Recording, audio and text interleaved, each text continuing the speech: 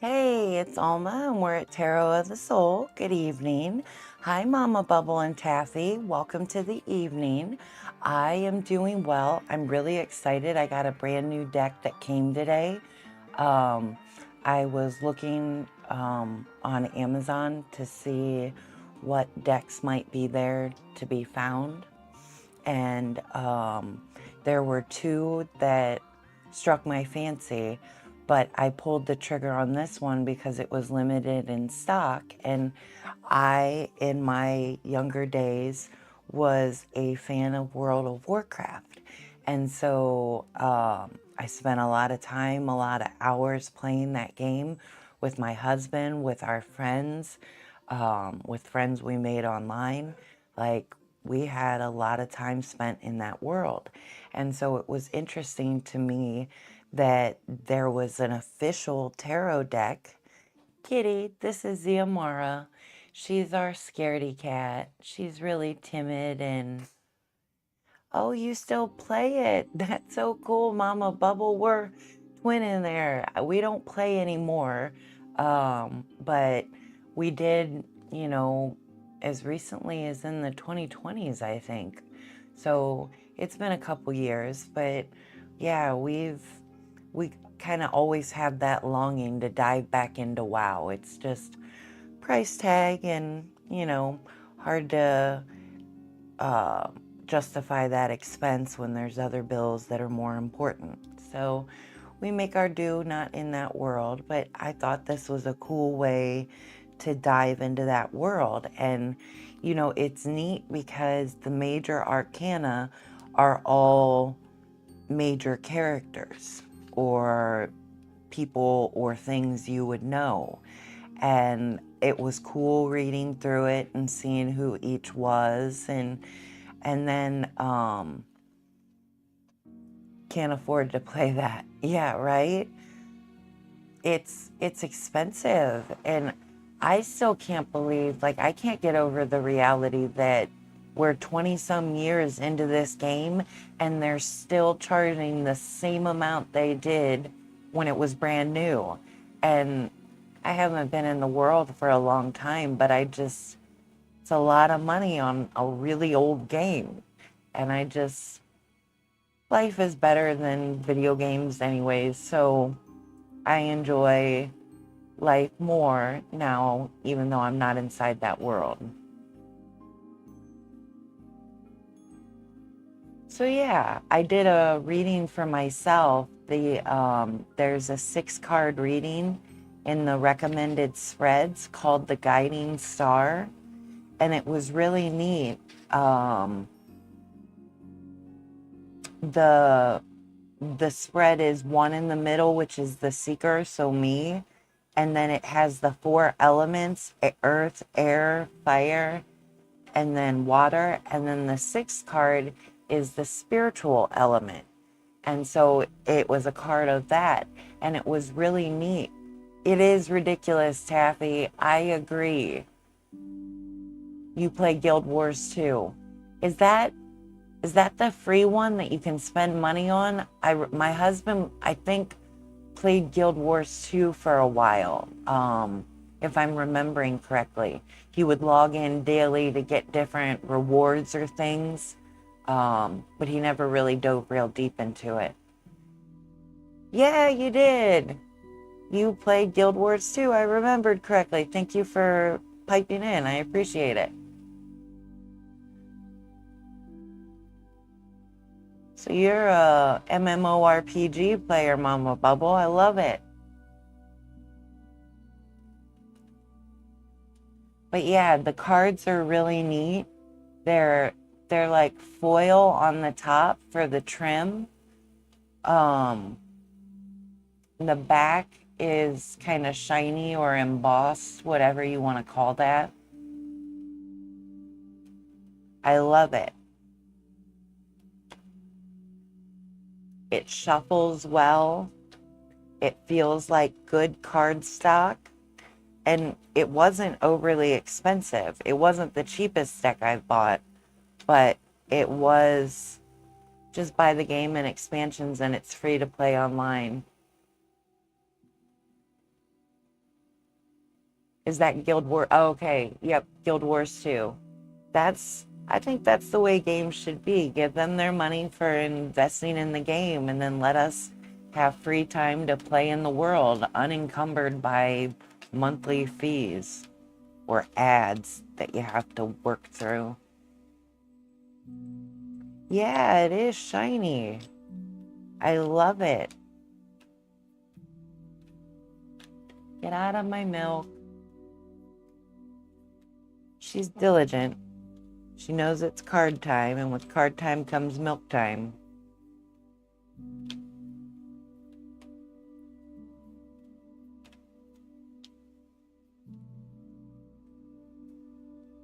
So yeah, I was going to do readings today from, no, get out of there. From the World of Warcraft deck. I want to test it out and, put it through its paces and see how it does translating the divine. With my first impressions from my reading, it's spot on and magical. So, the deck is able to do its job. I have to get a small oracle deck. The one I have is too long for my small hands. She likes the new deck. She does. She seems to be wandering over it more than she does other decks.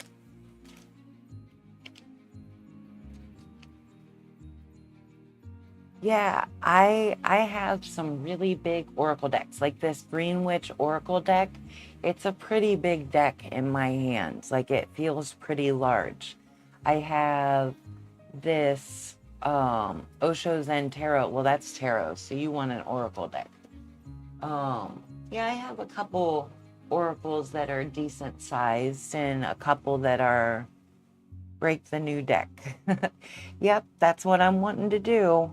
Mama Bubble, awesome. You get to be my first read of the night. My first public reading with this new deck. Thank you. I appreciate it. So let's see. And Taffy, you're jumping in too. Awesome. We've got readings to do. Deck's gonna get used tonight.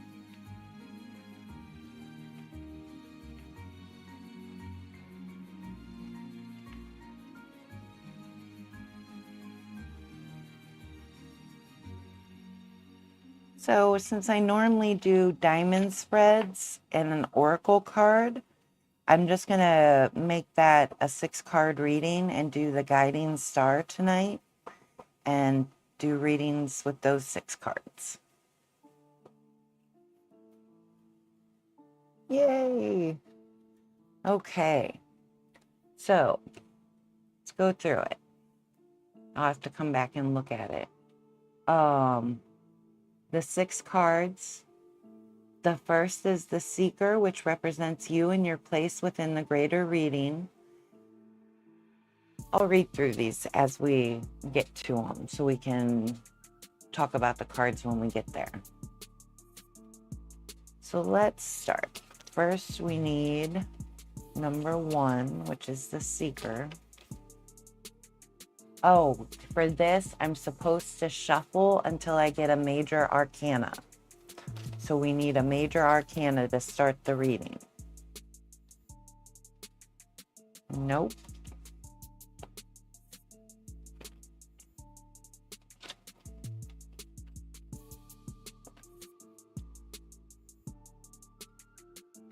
Five of Swords, Eight of Swords.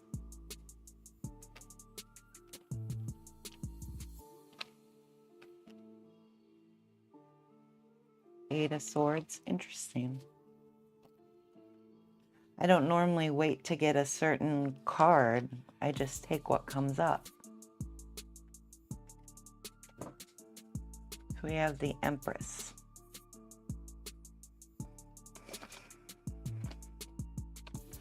And we have the 4 elements that come up.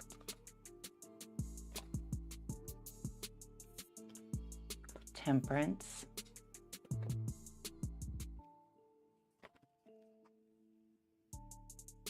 Seven of Pentacles reversed. Taffy, Snickers. Five of Swords.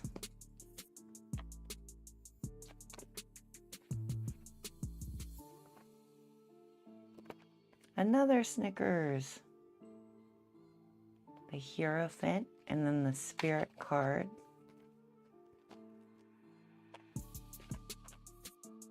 Another Snickers.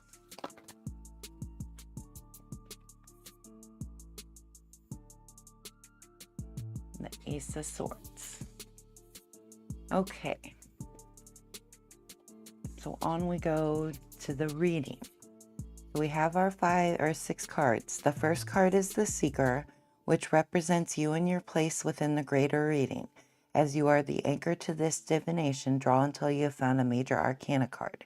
Its significance describes your present condition and will affect the rest of the reading. So we have the Empress.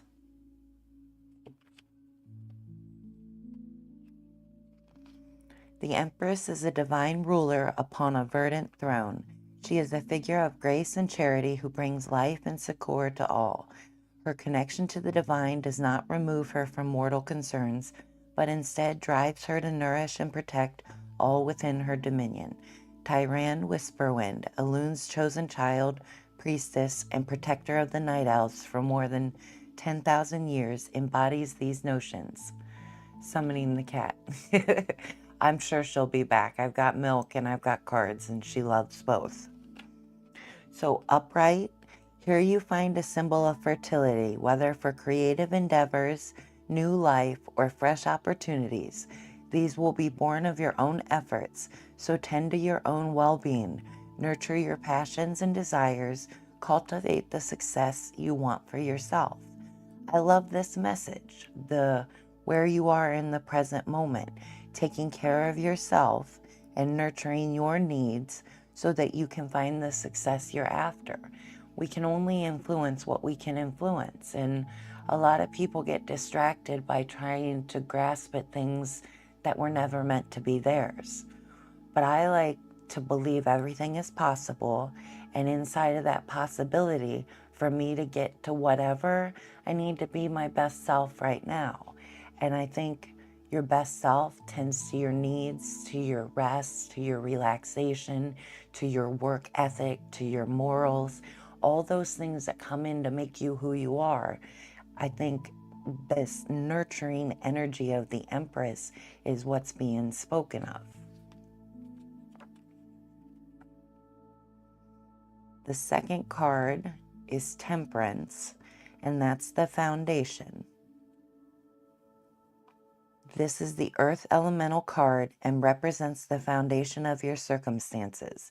It is the environment you are in, the one that is affecting you. Oh, Ad. They come up at the worst times.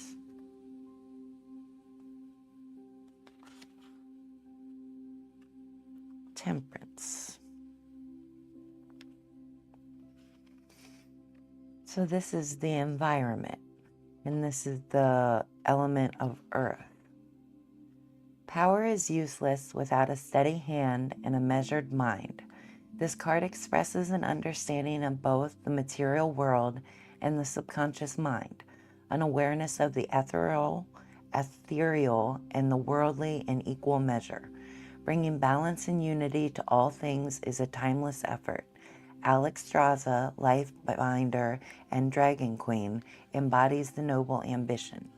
In the upright position, this card speaks of someone with great resolve and understanding. They can see through discord to find harmony within. Their calm and measured approach averts the worst scenarios. Another reading is that now is the time to weigh your options and take a deeper consideration of the matter at hand. Welcome back, Taffy. I'm sorry you got locked behind the ad, but I'm glad you're back now. So we had Temperance. The second card is the Earth Elemental and represents the foundation of the circumstances. And this card speaks of balance, resolve, understanding, that harmony that comes when you are well. So in this Empress card that is nurturing your self-needs in an environment that is conducive to nurturing those needs, right? So harmony, peace, comfort, these are things that come to mind, you know, when Temperance is the card we're speaking of, right? Because the environment says to take time to weigh your options and take a deeper consideration at the matter at hand. So as you're nurturing your needs, pull back and rest and reflect on where your time and energy is best spent. If in a given moment you only have so much to give, where is the best place to give what you have to offer? The third card is the Influence. This is the Air Elemental card and represents the messages you are receiving. Reflect on the feedback and communication you are having with those around you and how it is influencing you now. Seven of Pentacles.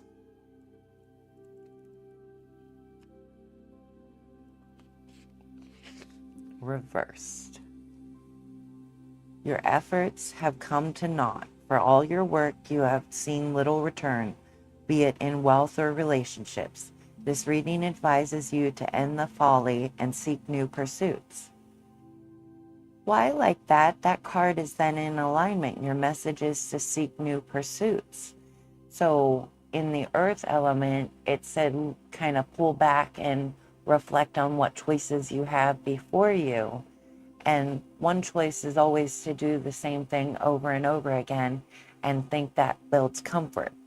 But a lot of times, rigid structure and routine is more like a prison cell that we think brings stability. But the real stability comes when you accept that not everything is controllable. Sometimes life is just going to kick you. Sometimes it's going to pick you back up and set you on your feet. And in not knowing what it's going to be, it pulls back to what you can do in a moment to influence it for the better. And that's being your best self, which the Empress speaks of nurturing your needs so you can be your best self.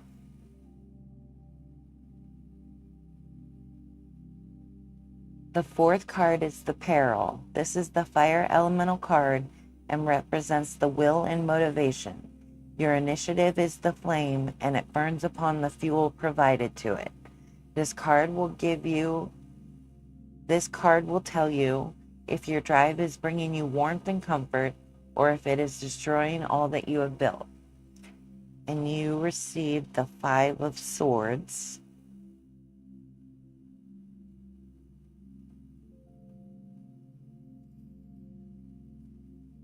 You feel emboldened. You embark to succeed in your wildest ambitions, regardless of the cost.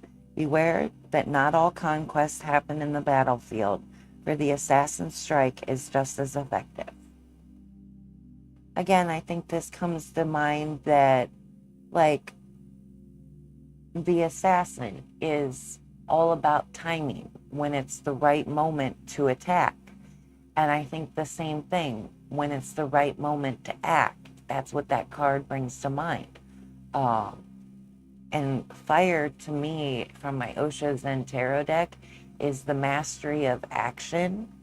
And so it's the card of choices and what we're acting upon in those choices. And so this card speaks that you feel empowered. You know, you want to bring about your wildest ambitions. And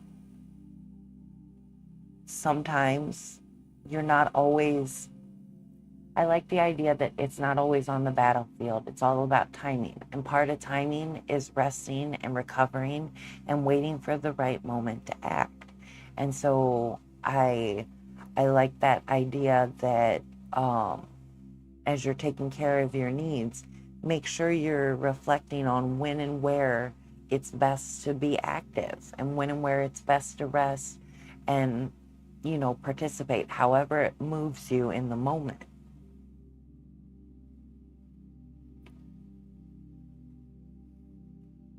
The fifth card is the intuition.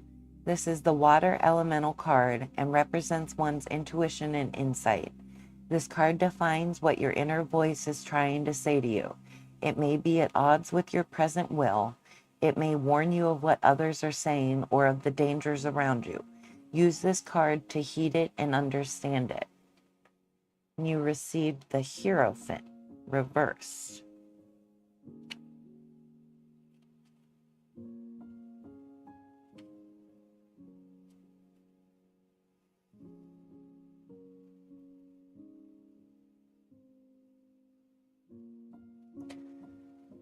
The Hierophant is a spiritual being who seeks temperance through experience and wisdom.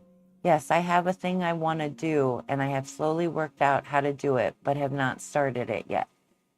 Okay, so it sounds like this card is just pulling back to focus your passion in the right direction. You have many options before you, and it's all about choosing the right option that aligns with, you know, where you need to be, where your passion is best suited. And part of passion is when it's right. It's like lightning. When it strikes, that's when you need to be ready to act. And so in this place where you've worked everything out over time and now it's just waiting for the right moment. I like that. Okay. A being who seeks temperance through experience and wisdom. He is aware of the great value of knowledge and seeks to pass it down to the next generation so that others may continue the journey to enlightenment. He is devoted to his kin, his people, and the higher powers. The Hierophant is embodied by Thrall, leader among the orcs and time-tested paragon within the Horde. In reverse position, this card reflects your own struggle with the status quo. You feel frustrated and constrained by common knowledge and systems. You are eager to challenge the taboo, if for no other reason than what you want to regain some semblance of control. This card cautions you to think through your actions before making any rash decisions.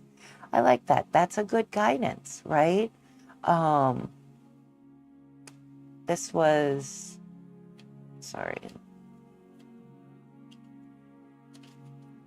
This was the water card.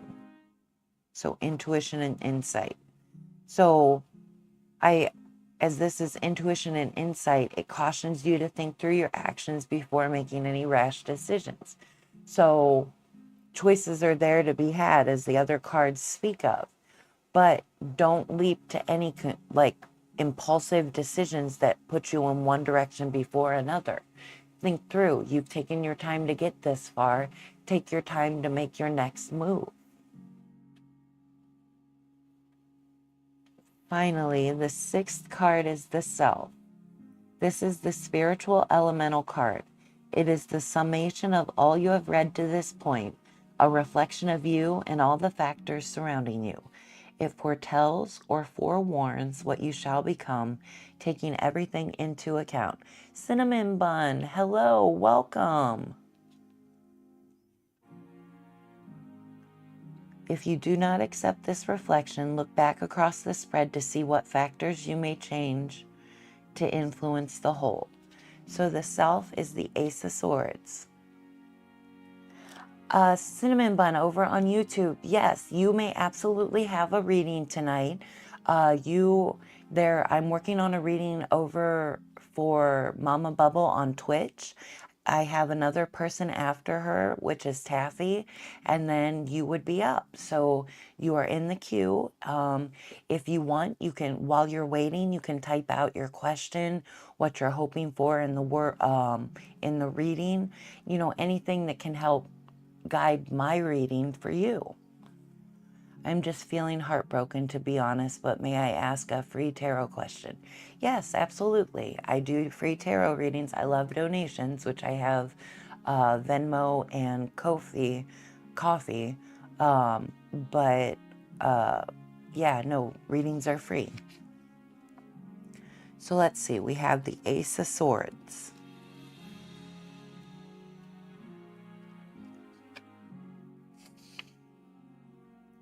Sacred Mallow, hey, I'm making a snack, but shouldn't take long. If I miss my turn, just skip me, and I'll join back later. All right, sounds good.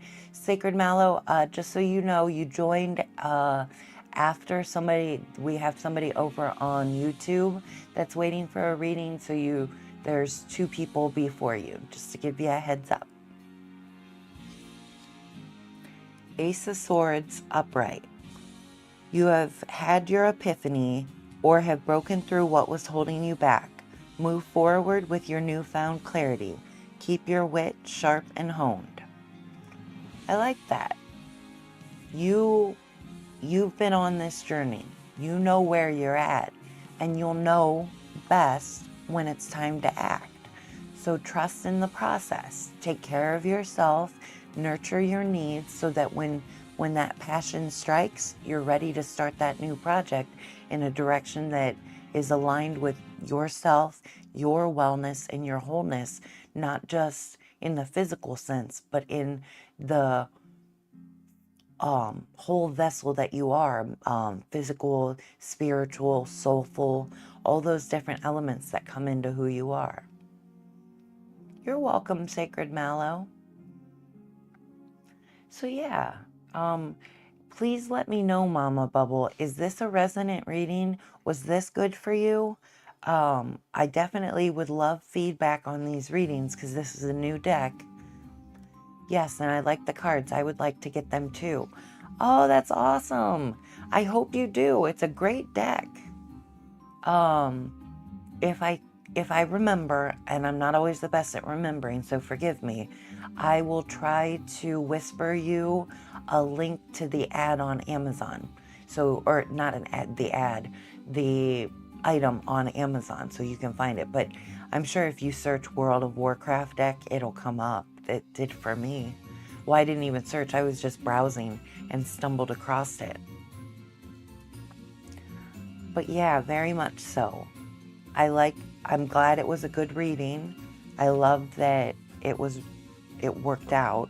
I hope this deck is good for everybody.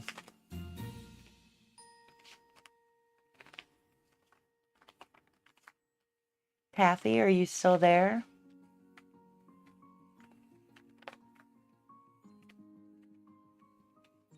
It was very good, spot on. Yay!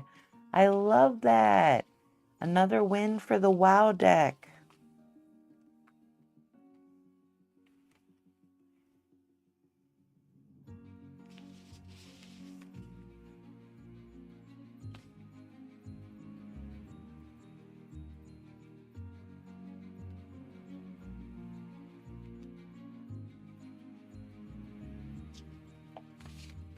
So, Cinnamon Bun over on YouTube, I see your text about what's going on in your situation.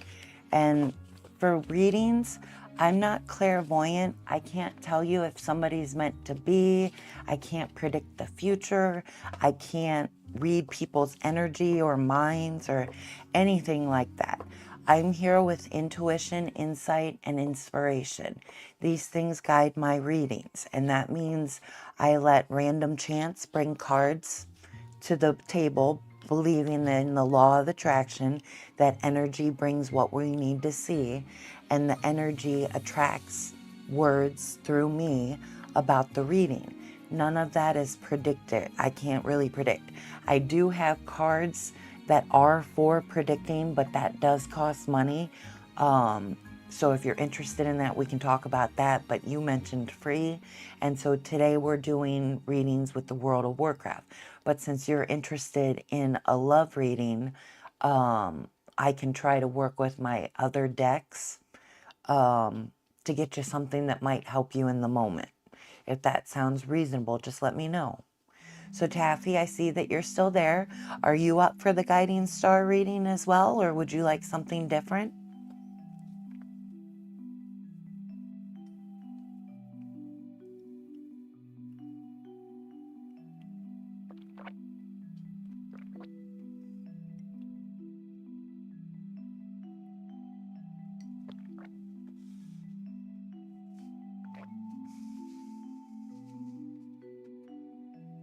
Sounds reasonable. Good. All right. So I have Taffy that I'm getting ready to read for right now, and then Cinnamon Bun, you'll be up next. I just need to clear my head and figure things out. I like the cards for that. I like the cards as a way to better understand my mind from a different perspective. Like, our journey is solo on the inside, so sometimes we can get twisted and distracted and obsessed with things, and just everything gets distorted. So I like to come to the cards because they can read things differently and inspire different thoughts than what I might have on my own. Let's see what the cards have to say. Taffy, are you good with the 6-card reading, the guiding star that I just did for Mama Bubble? Same deck and oh, you got an ad. Okay, well, I will shuffle your cards out and be waiting for you when you return.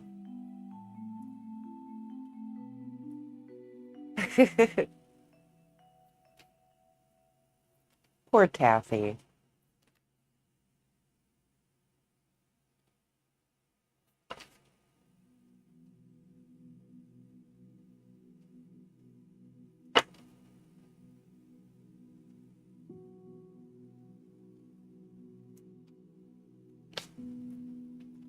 So I was just shuffling your cards. The Lovers came for your first card, which is the Seeker, where you are in your present moment. Then the second card was the Emperor. The third card is the Nine of Cups reverse.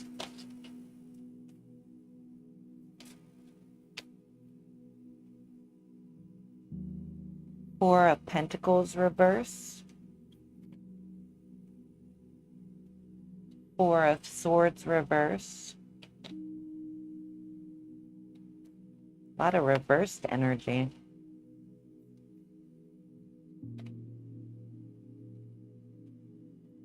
Five of Swords. Okay. Off we go to read it. So the Seeker. The first card represents you and your place within the greater reading.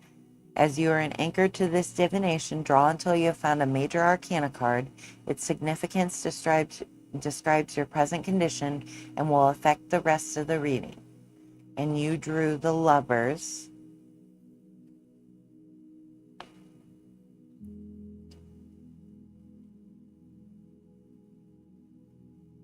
The Lovers depicts a couple in perfect harmony, blessed by the higher powers. However, adversity and peril still stalk them. They must remain unified to weather the trials that come their way. For their heroic struggle across time and space, no pair seems more fitting than High Exarch Tyrillian and Illyria Windrunner, hero of the Void Elves. In the upright meaning, this card symbolizes a strong union. Despite the name, it is not inherently an amorous pairing. It can mean any union in which the sum is greater than its parts.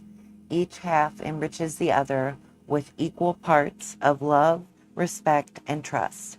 Additionally, this card may represent a choice between two valid but wholly opposite options. Okay, so that's the present moment. I like the idea of wholeness, right? Love is, for me, it starts within, but then when you find it in another, it takes on this exponential level of wholeness to find yourself in another, to meet another at their level. It's a sense of unity that is so deep, and it's just a profound way to meet another person.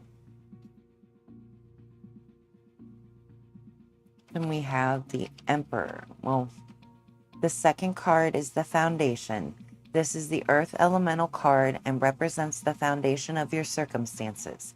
It is the environment you are in, the one that is affecting you. So this is environment. The Emperor.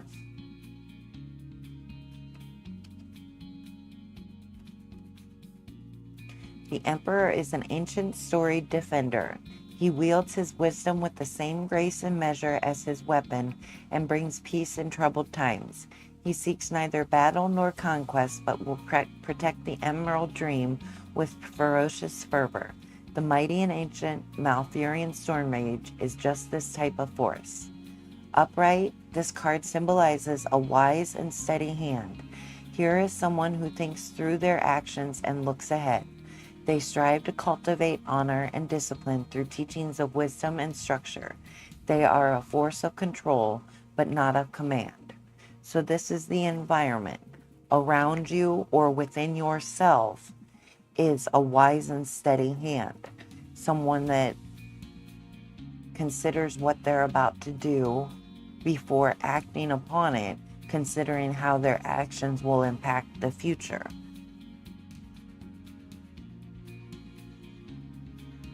And it resonates because it try to cultivate honor and discipline through teachings of wisdom and structure. And you're here with tarot readings coming to find wisdom and structure. So yeah, I can see that. You're a force of control, but not of command. I like that. We are what we can influence, and outside of that is faith's hope for the best. The third card is the Influence. This is the Air Elemental card and represents the messages you are receiving. Reflect on the feedback and your communication you are having with those around you and how it is influencing you now. 9 of Cups.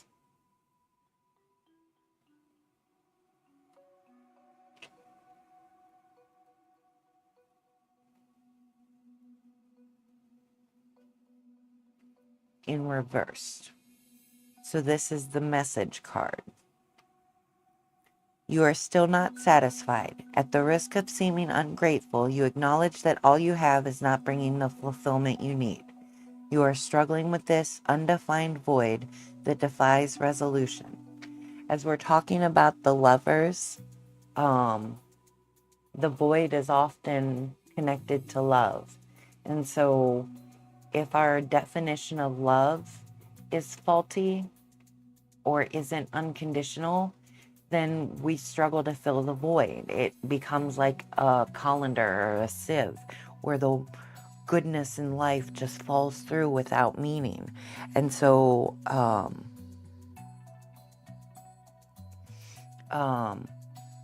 this 9 of Cups, it speaks of a bad definition of love that connects to this card, right?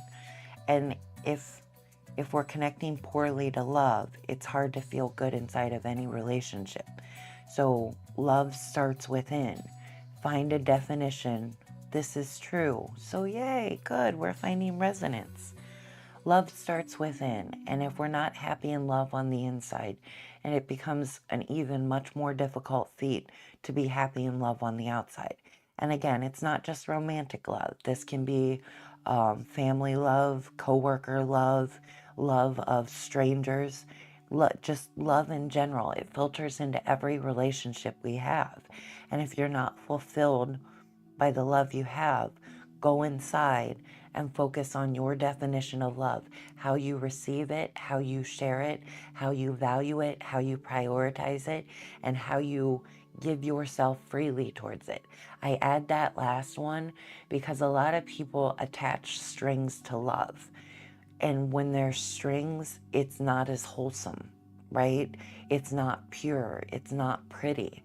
And so free love that is given without judgment or expectation or labels or definitions, where love is just let to be, there's a freedom. And so I like that idea of finding freedom in love to share it freely so that you can meet people where they're at, not just where you need them to be. And there's a great wisdom and maturity that comes when you can meet people on their level, not expecting them to be anything but what they are, but inviting them to be their best self so you can meet them deeply, profoundly, magically. I love that kind of connection. That's what the Lover's card inspires for me.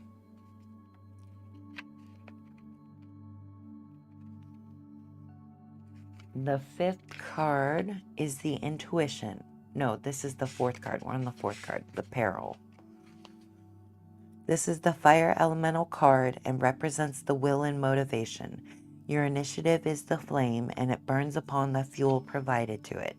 This card will tell you if your drive is bringing you warmth and comfort or if it is destroying all that you have built. And you have the Four of Pentacles reversed.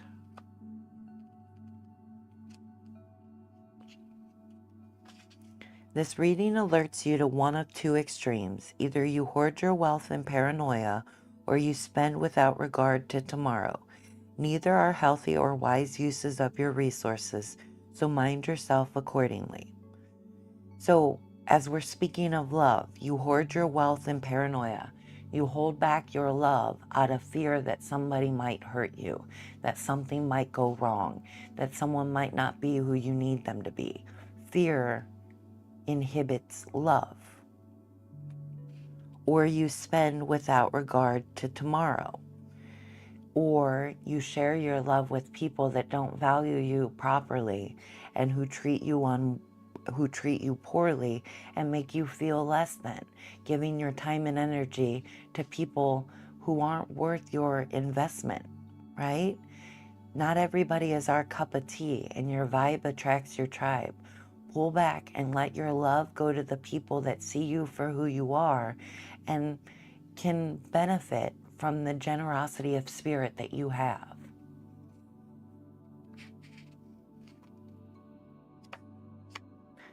The fifth card is the intuition. This is the water elemental card and represents one's intuition and insight. This card defines what your inner voice is trying to say to you. It may be at odds with your present will. It may warn you of what others are saying or of the dangers around you. Use this card to heed it and understand it. Four of Swords. You're okay, Cinnamon Bun. I'm still with Taffy. I am on card number 5 of 6. So your turn is coming up soon. I'm glad you were able to take a restroom break and get back. Don't want you to be uncomfortable.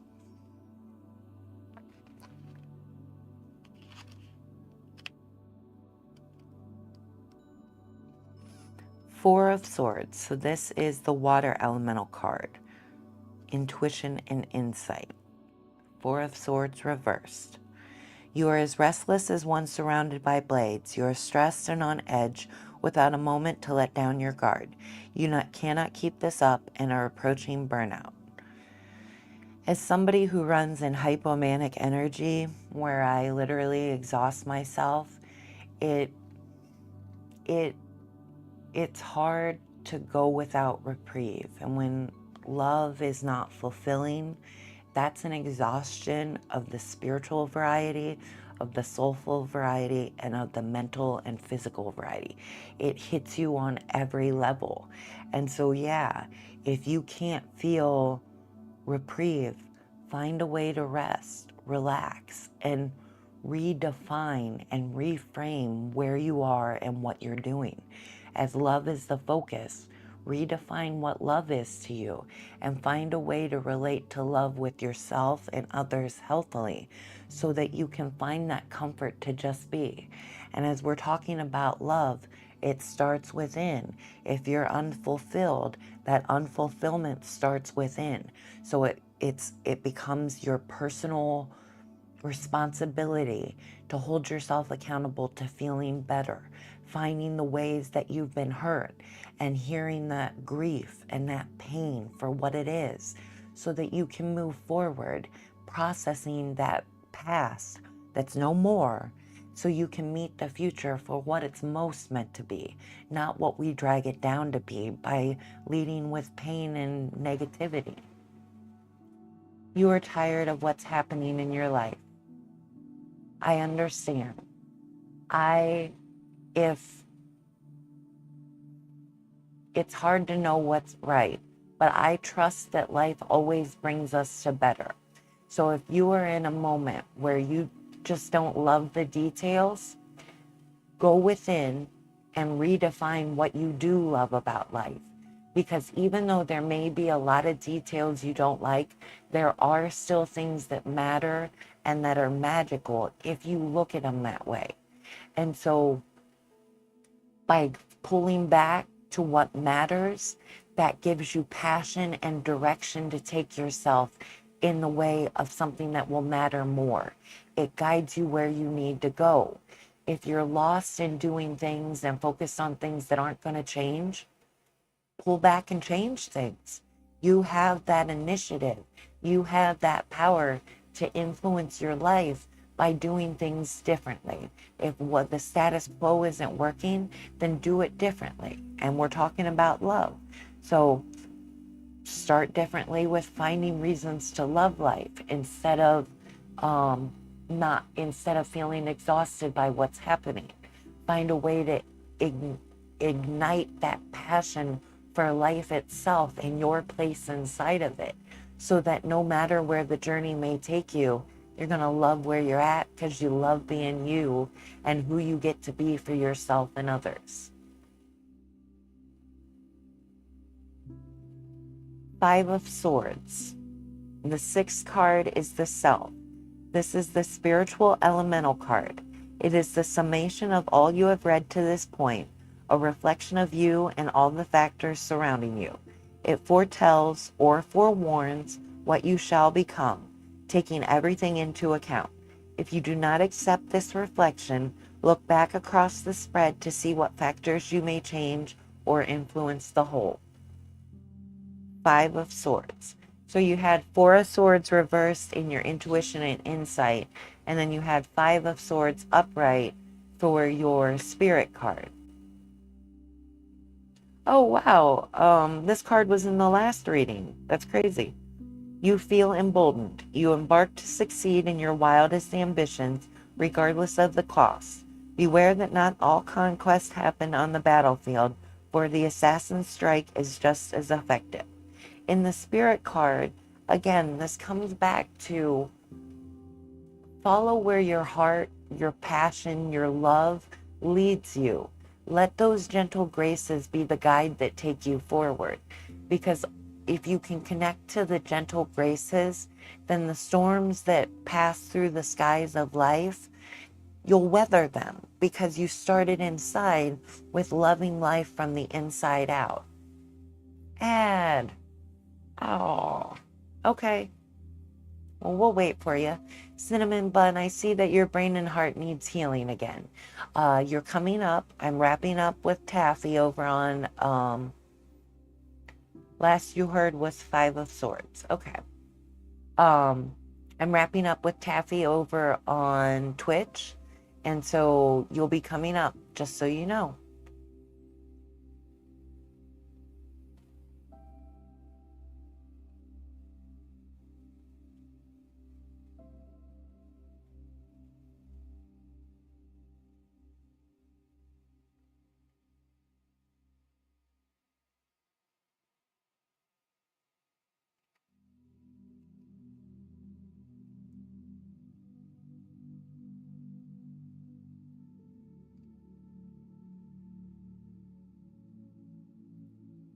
I want to kick the ads over.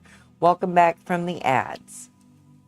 You said you last heard Five of Swords. I was just saying it's interesting that you had Four of Swords in your insight and intuition card, and then Five of Swords in your spirit card. And the Five of Swords is interesting because it was actually in the previous reading. So it's a repeat card. And I love that kind of thing because your vibe attracts your tribe. And so tonight, the Five of Swords energy is with us. And I love that. So the Five of Swords says you feel emboldened. You embark to succeed in your wildest ambitions, regardless of the cost.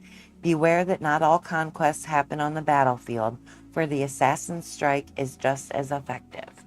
So this is, again, a calling of where and when you should divert your time and energy, your love, right? I believe in unconditional love, but I also believe I'm meant to cross paths with only so many people in my life, and it's on me to give my best to the people that can receive my best, right? Not that I shouldn't share with everybody, but I should focus myself on those that can receive my love well, so I'm not wasting time and energy on lost causes. Sometimes people need to right themselves before help can be found. I'm not a magic worker. I can't just make somebody better. They've got to choose to want to be better before any help can come from me. And so that's an encouragement I have for others. When you're redefining love and your participation in relationships with others, focus your time and energy on people that meet you where you're at, not with expectations and judgments and strings attached and all of that hoops to jump through. Just fall in line with people who meet you where you are and let those be what fulfill you, right? And that starts within. Meet yourself where you are, for all that you've been through, for all that you've witnessed, and for all that you want from life, everything future. So you're like in the meeting ground. The past is all the way up to right now, and the future is coming from the opposite direction, right up to now, and you're in the middle deciding how to act. Do you carry the past forward, full of all that makes you unfulfilled, or do you let go, process what you've been through, resolve it, release it, and then move forward into the future with a free mind, open heart, and happy head to get you where you most want to be? I like where that inspiration took me. I hope that was a resonant reading, Taffy. I hope you found insight or inspiration for where you're at and that it aligned with you. But I would love to know what you thought of the reading. Again, new deck. I'd like to know if it's working, if it's aligning with me, if I'm reading it well. Savvy, welcome back. What's up? It's nice to see you. We are doing readings tonight with a World of Warcraft deck. I just got this new deck. It's my first night reading with it. And so I'm hoping to find, hear how my seekers are taking the deck.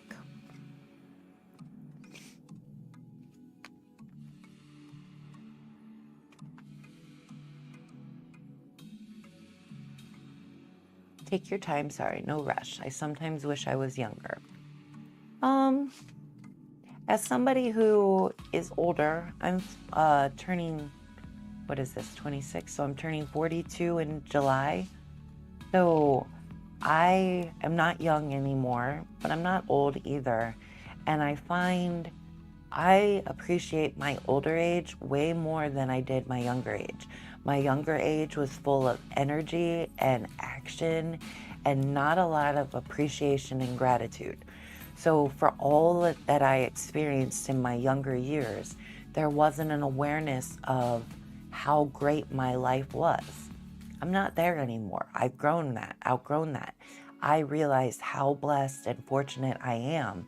And in feeling blessed and fortunate, I love my life all that much more, all the way back through the years that I didn't appreciate what I was and who I got to be and how interesting life was.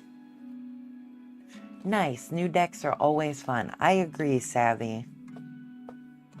I'm actually glad to be older. Me too. There's a lot of freedom that comes, like, when you know yourself. Life experience helps you better understand yourself. So my younger years, I didn't know myself. I was flying blind. While I've experienced myself now for 42 years, and I kind of have an idea of how to do things that fulfill me, make me feel better, uplift me, help me connect better to others. I've had life experiences that have taught me lessons that now I can live with. You're 23. So oh, Cinnamon Bun, you're still so young. 23. It might feel old, but 23, I mean, you're only, what, 5 years past turning 18, becoming an adult? How old could that be? You have so much life experience to find, so much personal definition of what life is to figure out, even how to just be. It's still a growing period. 23 is a young age to be an adult. You know, I think of it like baby adulting. You're still growing in so many ways. Did you know that our brain doesn't fully process risk until we're like 25 years old? So you sitting at 23, your brain still isn't fully developed yet, and you're called an adult that has to make life decisions. That's crazy. So don't rush yourself. Don't stress yourself. Just enjoy where you're at and try to make the best of it. Mama Bubble. I'm actually glad to be older. Savvy said, well, mid-50s is what I feel comes under old. So 52 isn't old, definitely. Yeah, I don't feel old. I know that I have wisdom in my years, but I don't feel old in my body yet. So I'm still on that side of youth. So Mama Bubble, you're 53. Okay, you're right around in my age group. Right? You get it. You've got life experience, so you understand. And then Savvy, you're 21, 22 in July. So we've got another youngin'. But age is just a number. When you have a wise perspective, it doesn't really matter how old you are. I was told I was older than my years when I was young. Then I got to the real world and realized how unyoung I was. It's hard, like a date is impossible for me. I never find someone matching my vibes. Cinnamon Bun, I ask you, how do you feel about yourself? Are you in love with who you are? Do you enjoy who you get to be? Because before we can find somebody that enjoys our vibe, I find we have to enjoy our own vibe first. If we resonate with who we are, we ripple that outward. One was too young and too old. Okay. What's up?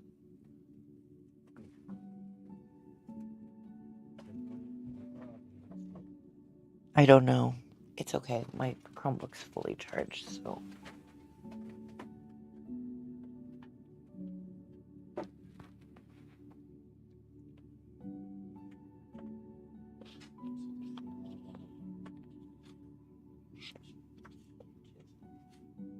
I don't know.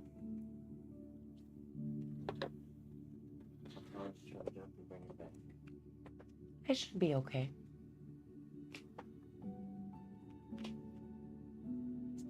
I just want a balance close to me. I understand. I don't know if I can find that. I trust there's always someone to be found. It's just oftentimes we close our mind to who's there to be found. Sacred Mallow, I am just getting ready to do the reading over on YouTube. So you are up next. So you got back in time. You still have a little more time even. Um, it is a Rode, R-O-D-E microphone. They're a little, it was like a 2-pack, and it comes with something that plugs into the computer that makes it connect, and it works really well. Rode, I think, is a professional quality style mic, so it's pretty good. I think, I don't remember how expensive it was, but it does its job. I'm really happy with it. First time chat, Sana Lilith. Awesome, you joined the queue. Just so you know,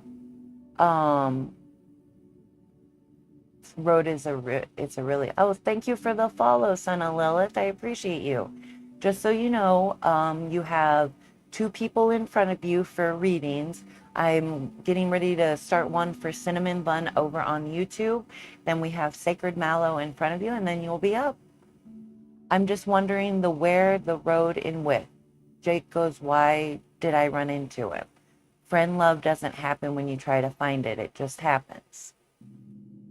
Yeah. Friend love is best when we just let it manifest, not when we try to control it or direct it or make it happen, right? It's best when we're open to what's there and we receive it gently. And so let's see what the cards have to say. I have this metaphorical love deck. I don't want to get into a drama deck with you. You feel very like you need gentle words, not harsh want stuff. In most unexpected times and unexpected places. Savvy, is that you over there? You came to YouTube? I appreciate you.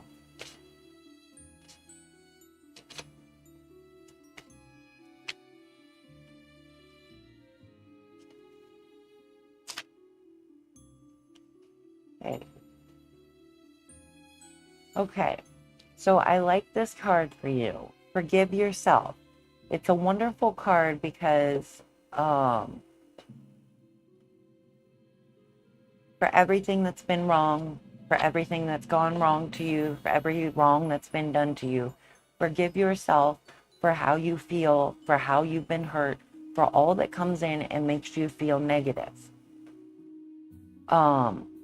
And start from a place of forgiveness, because when you can forgive yourself, you can forgive others for what they might not be. It lets you take that step to letting go of expectations of what you need others to be. And it pulls back and comes back to center for what you need to be, who you need to be happy. Happiness starts within. When we love who we are and who we get to be, it's easier to be happy being with other people. But when we, let's see, I tried with Jake until I ran into a road with an unexpected answer. No rejection or anything, just shocking news, like we vibe well. Well, part of love is being open, or is having the freedom to let people be who they need to be. Some people will vibe and bounce, some people will vibe and stay. And you never know which door somebody's going to walk through. So it's best to take the opportunity to vibe well with the people you're meant to vibe with, cherish the moments you have together, but recognize the reality that at any given moment, you can have a last moment with somebody and never talk to them again. And that's both a freedom and a blessing, because in life, our life is fulfilled by the people we meet. And if we only can hold on to as many as you want. I like to meet an abundance of people. So for me, it's good to open that door and let people come and go as they need to, so I have the chance to meet more people. And if you're struggling to meet people, put yourself out there and do things that make you feel good about yourself. And so when you're feeling good about yourself, you're around people that can see you feeling good about yourself. And it creates a positive connection for how you can move forward with yourself and with others. So let's see. hard for me because I'm afraid. Fear is something that inhibits love. We're scared we're going to get hurt. We're scared people are going to judge us. We're scared we're going to look funny. We might be rejected. There's a lot of reasons to have fear. And ultimately, fear is a choice. You can choose to live with fear, or you can choose to live fearlessly and embrace love. Live love freely and let it flow where it's meant to. Let people come into your life, love them fully for as long as they're meant to be there, and let them go when they stop being what you need them to be. Don't force people to be in your life a moment longer than they need to be, because ultimately you deserve love, fulfilling love. Let people come into your life that fulfill you. Versus online, it's easier.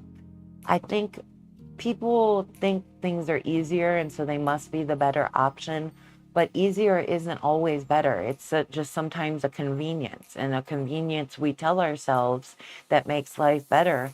But when it's convenient, it's often not fulfilling or lasting, because when it's easy, we don't work hard for it. We don't give our best. We take it easy, we take it for granted, and we don't do what's needed to make it last.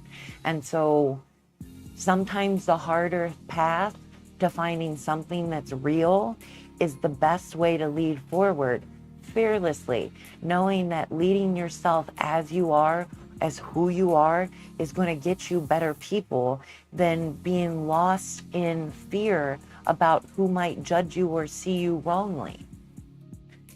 Sacred Mallow. I got told I was an old soul. I kind of resent that now. I feel like often kids like me who were very neurodivergent and had trouble understanding social cues and how to interact with people didn't get the attention we needed. Adults tend to praise kids who are quiet and obedient, even when there's a lot going on below the surface that the kids needs help addressing. Yeah, I hope that we're moving in an age of awareness with mental health, mental wellness, all of those things. I hope they're guiding us towards more awareness of our needs as a people. Kids, adults, grown people. I hope that it moves us all in a better direction. So many of us had needs that weren't provided for in childhood, and I hope as a society we can learn to better that. I think our future starts when we start taking care of kids better, and when we prioritize life that is born before we prioritize life that is leaving the planet. I think life becomes better. So I think we're moving in a better direction. Time will tell. Savvy, one thing I will say is sometimes don't overthink, don't rush, just be calm and believe in your fate. If it's meant, the universe will bring people together in unexpected situations. That's very true. What's meant to be will be. I mean, online is easier, but to hide things is also easier online. In real life, lying and hiding becomes harder. No matter whether you're online or in real life, trust is a thing. In our family, we talk about a trust crystal. We all have trust crystals. And if we shatter those trust crystals, then it's hard to have a healthy relationship when you don't have trust. And so a lot of people fear putting trust in other people, but ultimately fearing putting trust in other people, meaning you're leading a trustless life. You have nobody to trust. And that's just not a positive way to be. And so I encourage trust in relationships. Be trustworthy and be trust giving, because the more you give trust, the more you'll be rewarded with people who appreciate being honored in that way. Again, your vibe attracts your tribe. If you're trust giving and trustworthy, you're going to attract people that vibe with that. Understood.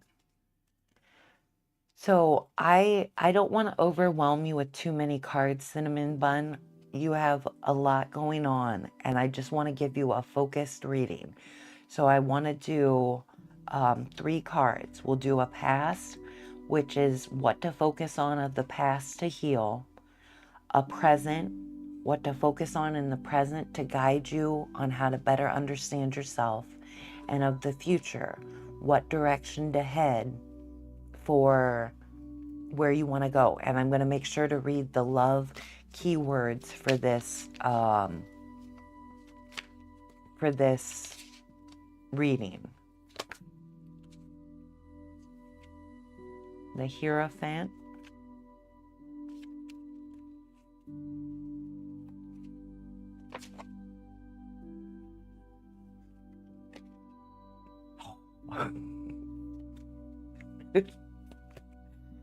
Queen of Cups reversed, mean like my positivity was really strong, then I lost it in an hour moment.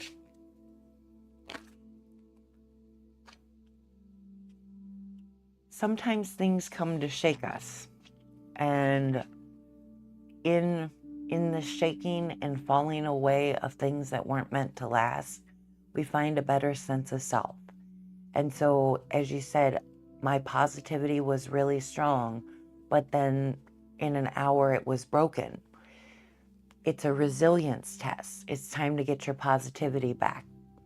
Feel the grief, feel the pain, whatever you're feeling, feel it, process it, and release it so you can get back to being positive again. Positive you is the one that's going to find who you're most meant to find, right? But you've got to get time to get there. Give yourself time to grieve and to get over what hurt you, and not just rush ahead into the next relationship. Just crying to myself. Sometimes tears are the best expression of what we need. They speak what words can't. They speak what we sometimes don't know. They just speak. Oh yeah, I remember that. Tears actually have healing chemicals. They have some of the same chemicals that opioids have to relieve pain, to soothe anxiety. They literally help you feel better just by crying. And so I thank you for reminding me of that. I appreciate that. All right, so let's get to this. The past, the Hierophant.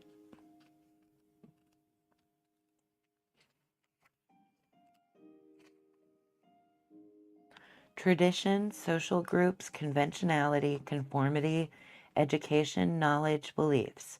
To see the Hierophant in a reading is a spiritual search for meaning focused on improving moral qualities. Perhaps the path of a wise teacher or an official teacher will come to help you in your spiritual search. So this card is speaking of the past. The upright love meaning is safe, traditional partners, avoiding taboo, spiritual love. So it's not the tears themselves, but the act of crying. It's one of the things that makes us good at building community.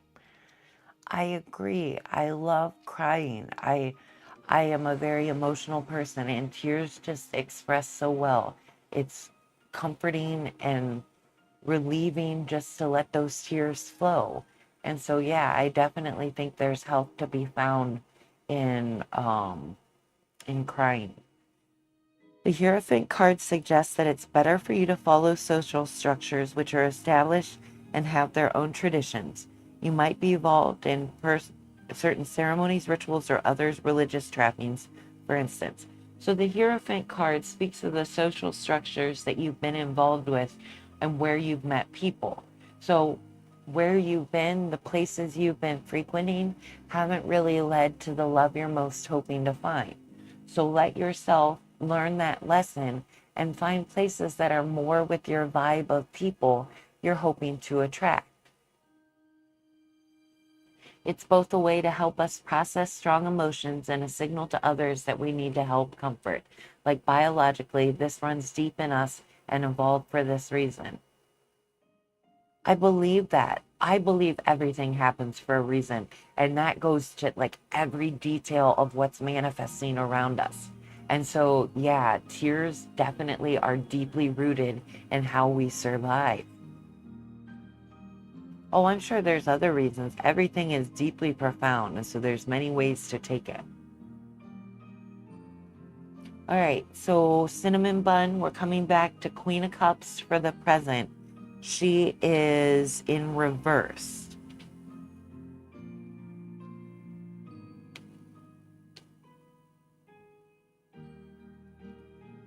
Insecurity, giving too much, overly sensitive, needy, fragile, dependence, martyrdom. The Queen of Cups reverse tells the asker to focus on their emotional well-being and treat themselves with love, compassion, and caring.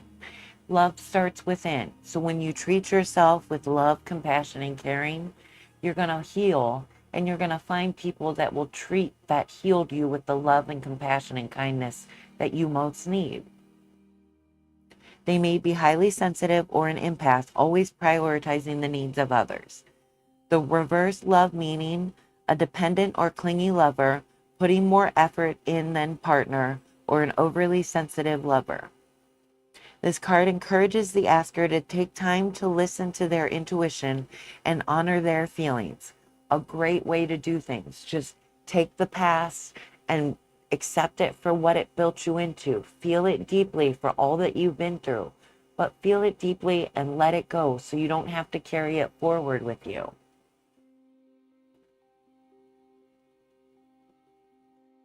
Savvy. The reason I said about how fate works is I was having up and down relationship with this one girl. I called her Dobby. I graduated 3 months back.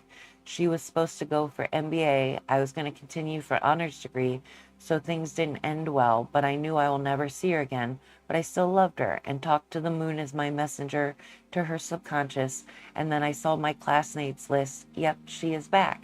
So you kept the love alive, and now it's alive again. Fate will be what it's meant to be.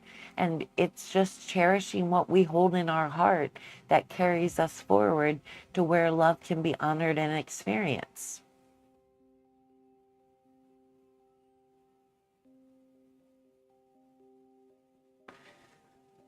So take time to listen to their intuition and honor their feelings. They may have trouble expressing themselves and often bottle up their emotions. So I like that the Queen of Cups is a calling to go within and process what's going on. As we're trying to be in relationships with others, so many of us reach out to others to fix what's not right in ourselves, and we become dependent on external factors to feel good internally. But healthy relationships are born of having your internal needs met so that you can then meet somebody at their level, not dependent on them, but meeting them as an equal, both standing strong in who they are and enjoying life together that comes from mutual unity and harmony and interest and devotion and passion and all of that. I agree that everything is wonderful and amazing. I'm not sure if there is a reason for everything, though. I think it's more in like the universe that things just happen, and our role is simply to react and decide what gives us a purpose. I think that's true. I resonate with that, Sacred Mallow. But for me, I take it, I think everything is possible.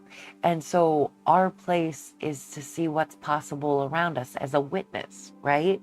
And that law of attraction thing works in my mind. If everything is possible, I can attract bad things if I'm doing bad vibe stuff. But in the same light, I can attract good things if I'm holding myself to my best self. So the bad things become less possible, even though they are still possible. It's just a matter of your vibe attracts your tribe, and your experiences come with your perspective. And so everything focuses us in a direction. That's just my approach, though. I'm not really a spiritual person. I don't believe in fate or the supernatural. That's okay. Yeah, you don't have to be spiritual. I'm totally spiritual, and we call my spiritual language Flarbity because I speak it so fluently. It comes out as English, but people's eyes glaze over and they just look like, I hear you're speaking, but I don't know what you're saying. And so my spirituality can literally confuse people. So I understand people that aren't into spirituality.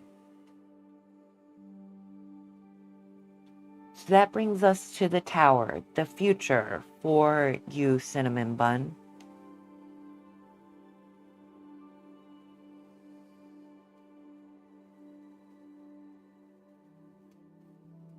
Disaster, destruction, upheaval, trauma, sudden change, chaos. The old ways are no longer useful, and you must find another set of beliefs, values, and processes to take their place. When things go wrong, it's a time to evaluate and head in a different direction.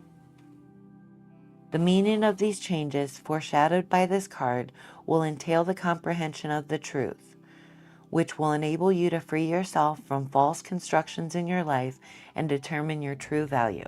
The upright love meaning is breakup, weak relationships ending, foundational shift in the view of love. And I love that. This is a love reading. This Tower card shakes down your foundation of love. And it's time to redefine what love is to you on the inside and what it is to you on the outside, so that you can find a healthier relationship with yourself and with the others as you most hope for. So yeah, branch out into new places to find new people that are more in line with who you are.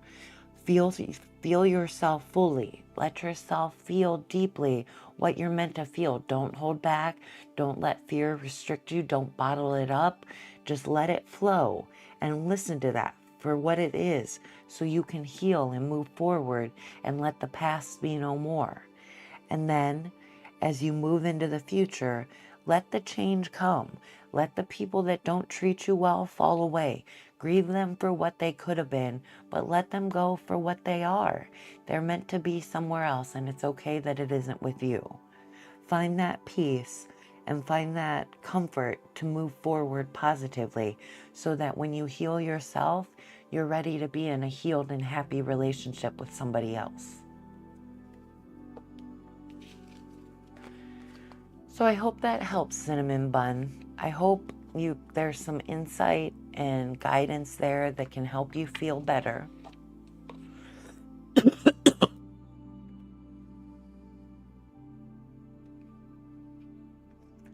And say before yesterday in lab, we were divided in groups of 5 and 2 peeps. Including her, were left extra, so she added to our team, and then we were shyfully gazing and gaze avoidance and eventual eye lock, and had a lot of chats and shared laughs, went on a coffee after class, and then went for background music. Dance teams were practicing on a romantic song that time. That's so cool. I love that, Savvy. I love that she's back and you're experiencing the bliss of that. Sacred Mallow, whatever brings you joy as long as it's not hurting others. My motto in life is just treat others how you would want to be treated in their shoes. The basis is treat others how you want to be treated, but emphasize empathy. I like that. Empathy. Oh, you went to ads. Okay. Son of Lilith. So we finished up with our reading. You're welcome, Cinnamon Bun. Thank you for joining us this evening. I hope you can feel better and, take that time to heal and move in a better direction for yourself. Oh, I just got a follow from Sahib Verse. Thank you.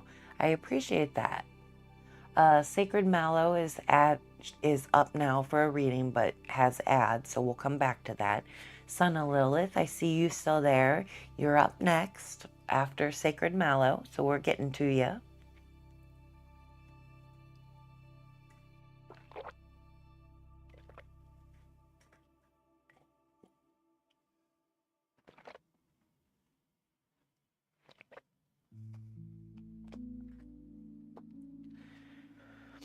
Okay, so I wonder what kind of reading Sacred Mallow would like.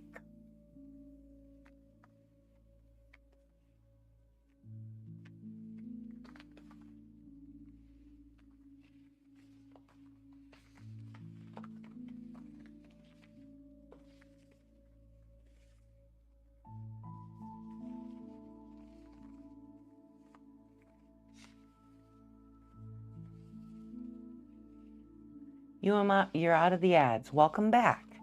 So what kind of reading can I get you tonight? I have my new World of Warcraft deck that I was doing this guiding star reading for, but you said you're not a very spiritual person, and 2 of the cards deal with insight and intuition and the spirit card itself. So I didn't know if that would be a reading you would want to have. If not, I can use a different deck and get you something that would work better for you. I'm just wanting to use this new deck and see if it builds resonant readings with people.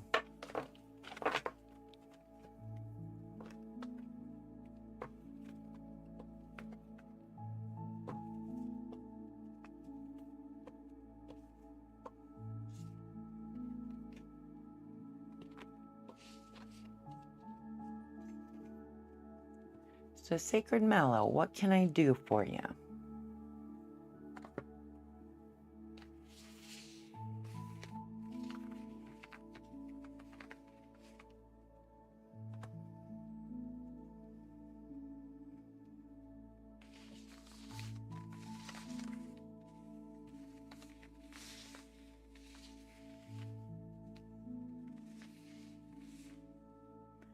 I'm thinking something more fun. How about we see what the cards have to say about myself?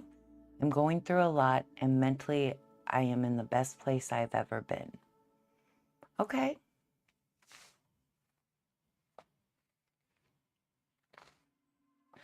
Something more fun. Do you like Buffy by any chance, Sacred Mallow? I have that deck. I have a Buffy the Vampire Slayer deck.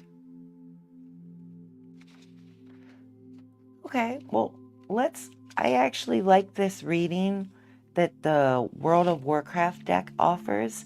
And as you're wanting more insight into yourself, the first card is you in your present moment. And it's a major arcana card that I shuffle for. And that guides the reading forward, the theme of the reading. And though there's an insight and intuition and spirit card, I think it's a really interesting reading for finding deeper insight into the self. Well, the Buffy deck is kind of fun, but you've never watched it, so you wouldn't get the references in the deck. It's a fun and floaty kind of deck. I like how loose feeling it feels with the readings. So yeah, you want to do the Buffy deck, or just confirm, because I've been talking and I wasn't sure when you typed, yeah, that sounds fun. Would you like the Buffy deck, or would you like the World of Warcraft deck? Savvy. Now, I believe in treat others the way they want to be treated, because meaning of some action can be entirely different for different people. I like leading with empathy, feeling what others might be feeling to guide myself. I have a very external motivation for participating with others. Like, I want others to be well, so that moves me to do what I do. And so empathy is part of that. I try to feel what others are going through, or I don't try, I just naturally feel things. So yeah, I love empathy. Hi Jenny Vlogs, welcome back. Glad to see ya. So Sacred Mallow, can you tell me, would you like the World of Warcraft deck or the Buffy deck? I'm not sure.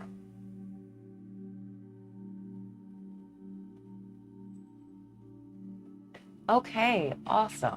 I love it. I love the chance to do it. So we're looking for a major arcana card that's going to reflect you in the present moment. Knight of Wands, King of Cups. None of these are major arcana.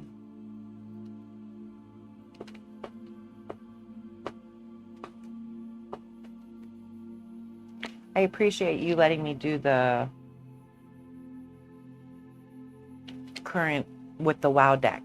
I love this opportunity to read with this. I did a reading for myself and it was very resonant. And I hope I've had two. I think you're just being pedantic here. It's not a law written in stone, just a guiding message that helps me to remember to focus empathy. Is pedantic a bad word? I can't remember what pedantic means. Well, we have the Lovers again. Okay, so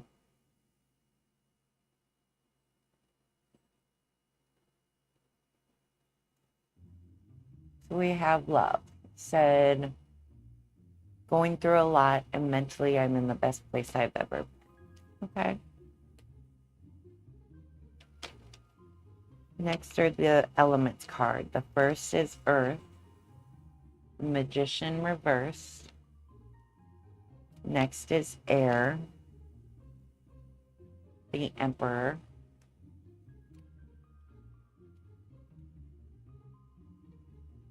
Next is Fire.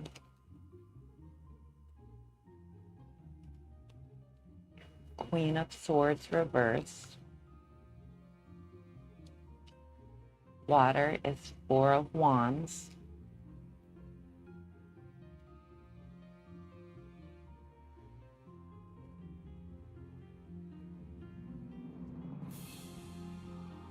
Oh, so not a good word at all.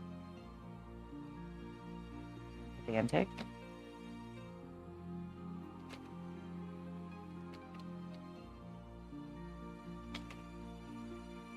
Fifth card is the Spirit card. Knight of Wands. Okay.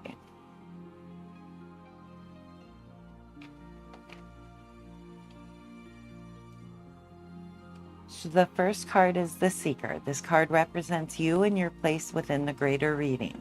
As you are the anchor to the divination, draw until you have found a major arcana card. Its significance describes your present condition and will affect the rest of the reading. So we have the Lovers.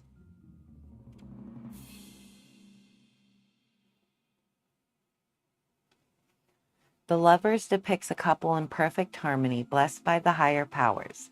However, adversity and peril still stalk them. They must remain unified to weather the trials that come their way. For their heroic struggle across time and space, no pair seem more fitting than High Exarch Tyrillian and Illyria Windrunner, hero of the Void Elves. Upright, this card symbolizes a strong union. Despite the name, it is not inherently an amorous pairing. It can mean any union in which the sum is greater than its parts. Each half enriches the other with equal parts of love, respect, and trust. Additionally, this card may represent a choice between two valid but wholly opposite options. So I like this card in the present moment sense of speaking of love, respect, and trust. You mentioned you're going through things, but you're mentally in a really good place. I wonder what if love, respect, and trust are things that you have going on the inside. Love of self, respect of what your needs deserve in a moment, and trust that you're going to be okay no matter what you're going through. Those are all really good things to have that could lead to a comfortable place.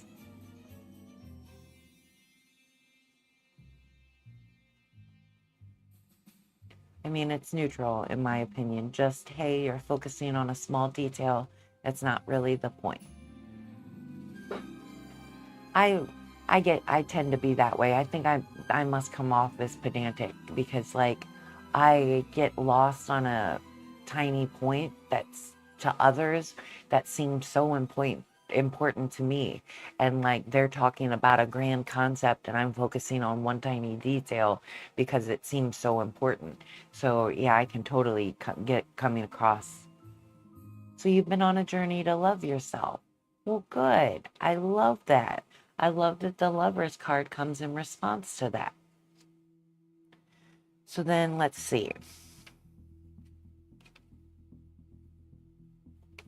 The second card is the Foundation. This is the Earth Elemental card and represents the foundations of your circumstances. It is the environment you are in, the one that is affecting you. And you drew the Magician reverse.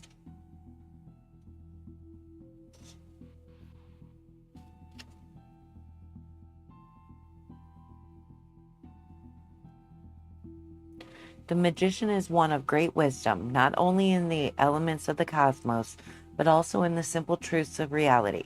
The Magician understands that all are inexorably linked to one another, that factions and ideologies are all facets of the same gemstone we call life.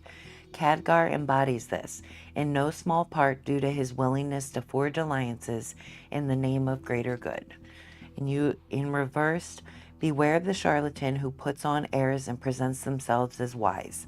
Whether they are fooling themselves or fooling others, the power on display is hollow trickery. No mastery exists here, only sleight of hand. Reflect on your own self-confidence and bravado of others. So I like this. Beware of the illusions others paint of themselves. In all that you're going through, I'm sure you might have perhaps have questionable people around you that might not be interacting with you healthily.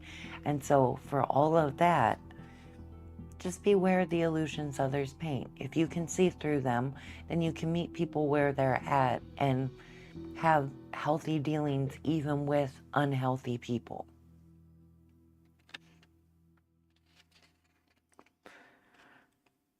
The influence.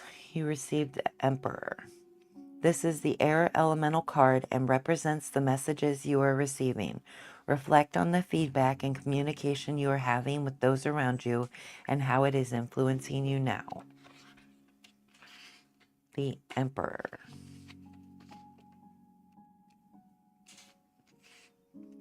The Emperor is an ancient, storied defender. He wields his wisdom with the same grace and measure as his weapon and brings peace in troubled times. He seeks neither battle nor conquest, but will protect the Emerald Dream with ferocious fervor. The mighty and ancient Malfurion Storm Rage is just this type of force. In the upright, I can't say that there's anyone in my current life like that, but I've certainly had my fair share of people in my life that don't have my best interests at heart. Okay. Well, I'm glad there's nobody like that in your life. So you've had the past, you've survived them, and you're through into a better time and space. I'm glad to hear that for you. So the Magician, let's go back to that.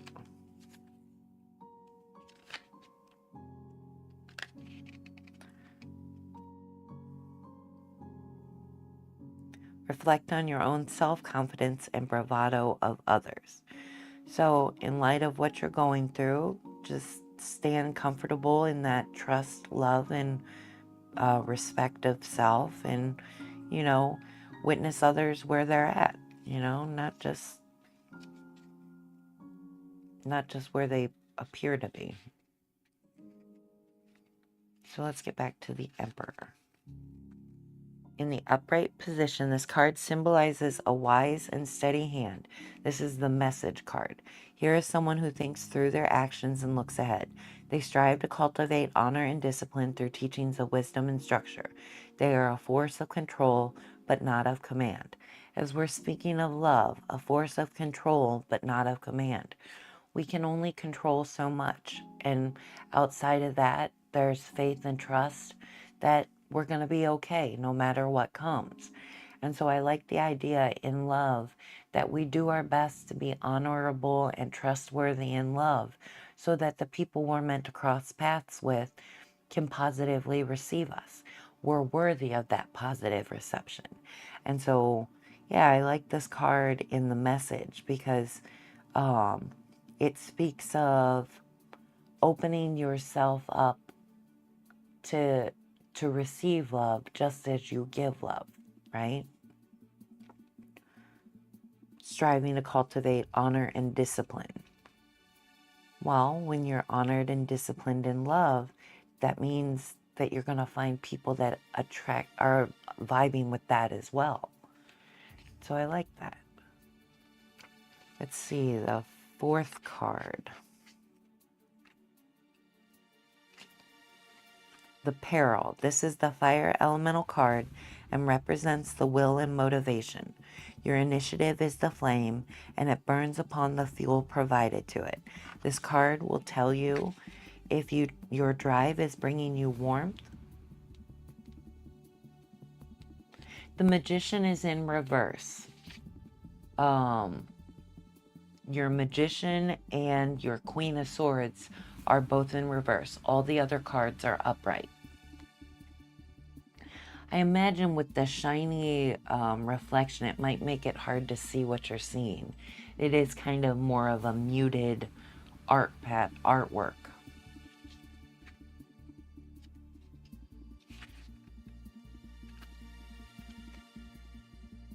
Okay, so the peril. I was reading the peril. This is the fire elemental card and represents the will and motivation. Your initiative is the flame and it burns upon the fuel provided to it. This card will tell you if your drive is bringing you warmth and comfort or if it's destroying all that you have built. Ads. Oh, here also I'm mobile and farsighted. Okay, well, we'll take an ad.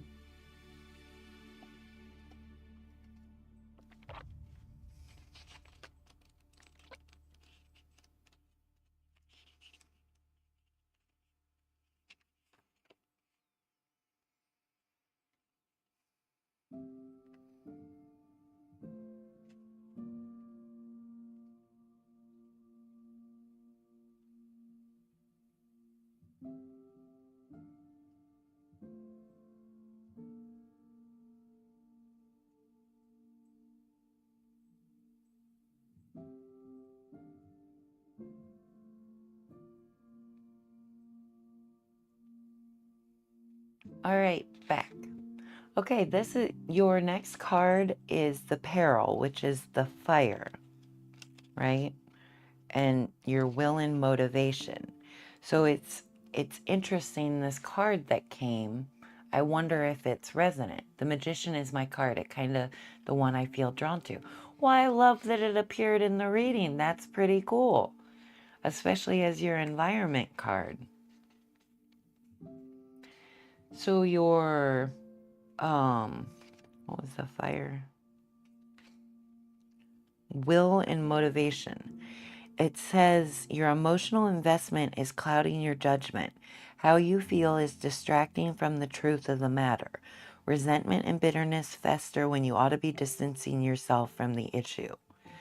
So whatever's going on, this card would seem to indicate that distancing yourself from the issue is the best to avoid resentment and bitterness. But I wonder,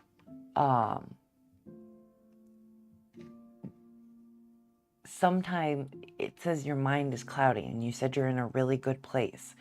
I am bipolar. I struggle with mania and psychosis. And so I can personally speak of the reality that I can be doing really well up here and tearing myself apart in ways in life because I'm not healthily connecting to life. And so this card makes me think of that situation where you're really in a good mental space, but life is just not great. There's kind of an imbalance. And so for me, when my mental would take me out of imbalance with life itself, it was a time for reflection and introspection about how I could better handle the circumstance around me.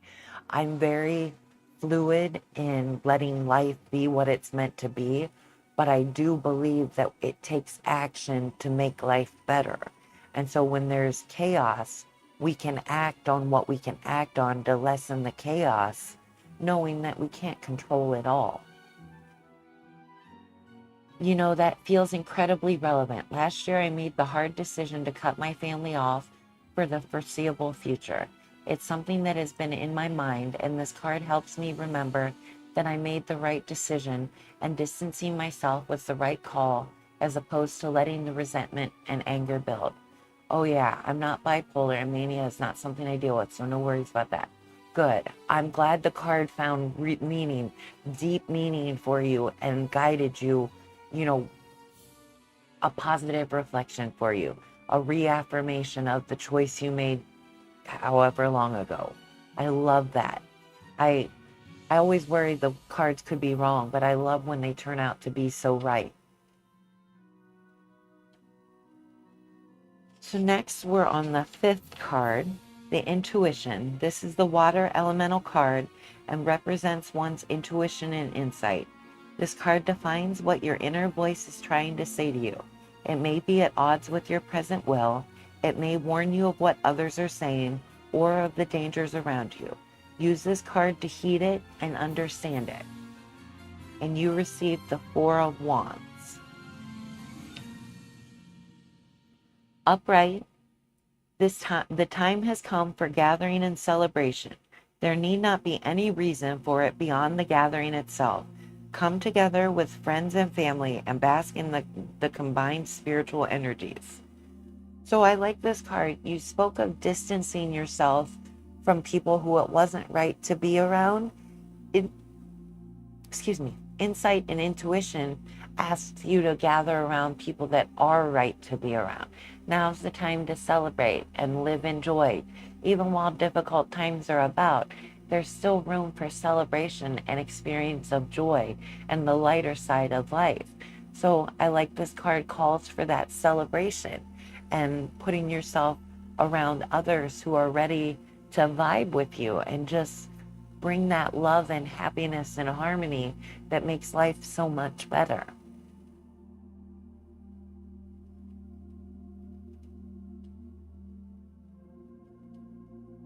And finally, the last card is the Self.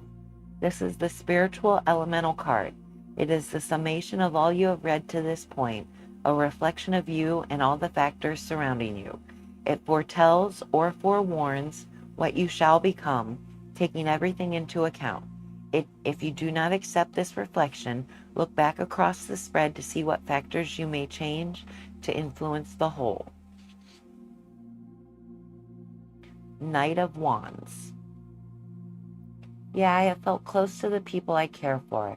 It's not that things were ever bad, but I do feel a renewed sense of connection.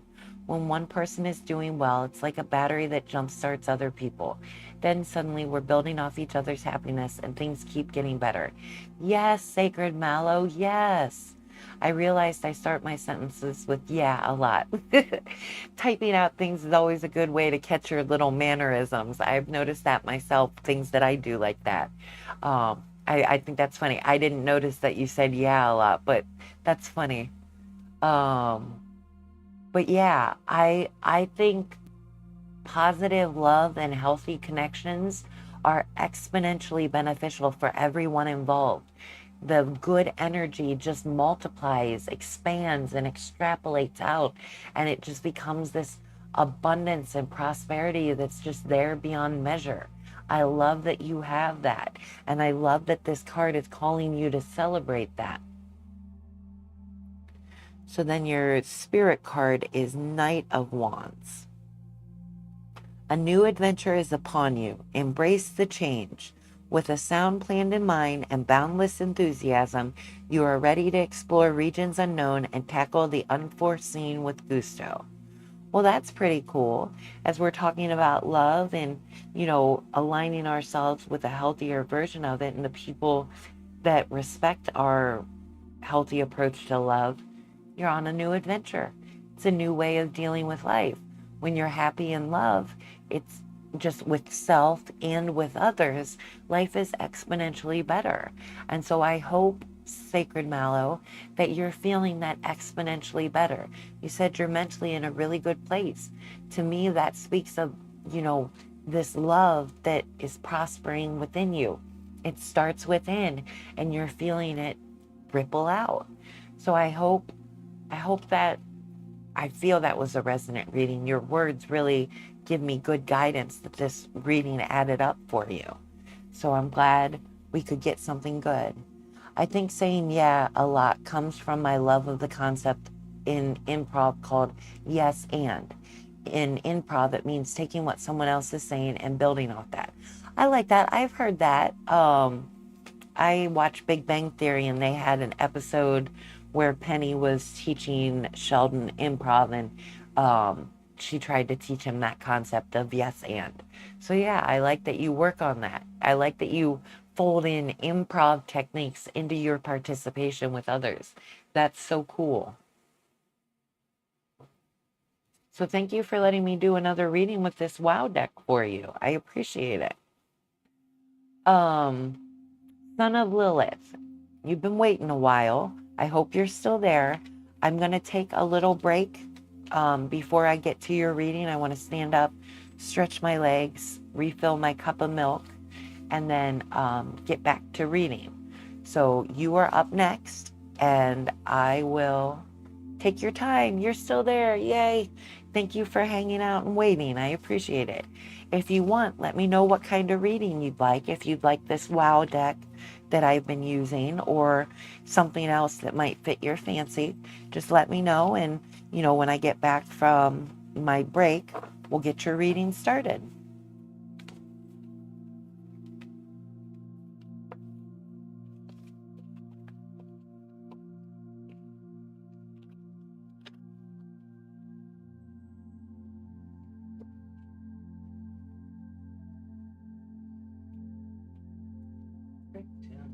Break time. See you soon.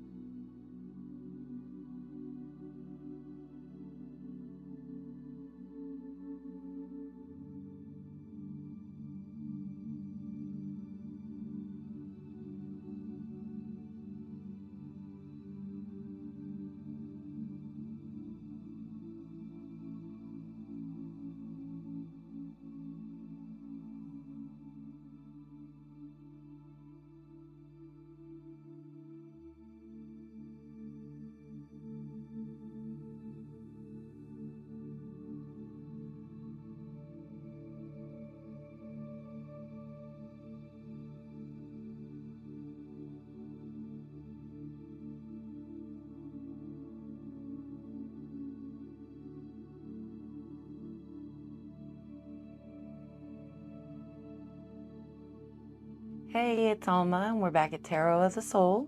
I am back for your reading, Son of Lilith. My Chromebook goes to sleep, so thank you. So I missed out on some of the chat. Hubby told me about it, so we're up to date. Blue Haven, welcome. It's exclamation Alma space join to get in the queue. I am working on Son of Lilith. Hello, love the kitty. This is the Amara. She's our scared kitty, but she loves to join me in this space. Every time I'm sitting here at the table, she comes for a visit. So let's get to your reading, Son of Lilith.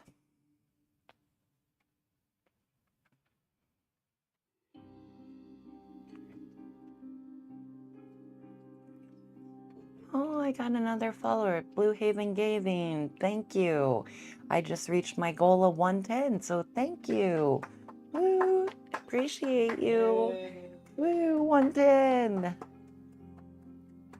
So, it's a 6-card reading. The first card, I'll draw all the cards, but for the reading, the first card, we need a major arcana. So I'm gonna work with the cards until we get a major arcana. Love you, Daddy.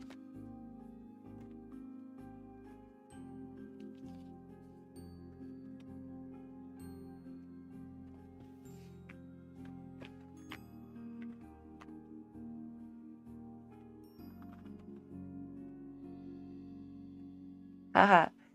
Not every reading's special. The goals in Twitch, as a streamer, they automatically set goals. If I could set one, I think 111 would be really cool because 111 is an angel number. But no, I appreciate everybody that follows because, for me, it's somebody that cared enough to click a button for me, and not everybody's moved to do that. So for me, everyone's special because it's a chance to connect with someone. 333. Yeah, I like angel numbers. I watch for them. Or I'm open to receiving them, I should say. I don't watch for numbers because that feels artificial. I like noticing them when they appear. So 1, 2, 3, 4, 11, 11, 10, 10. These numbers that appear regularly. My car odometer is a regular contributor of spirit numbers. Okay, so we got the Emperor reversed. Good evening, little Princess Cherry. How are you doing? That is Earth, 5 of Wands reversed. Air, 2 of Pentacles.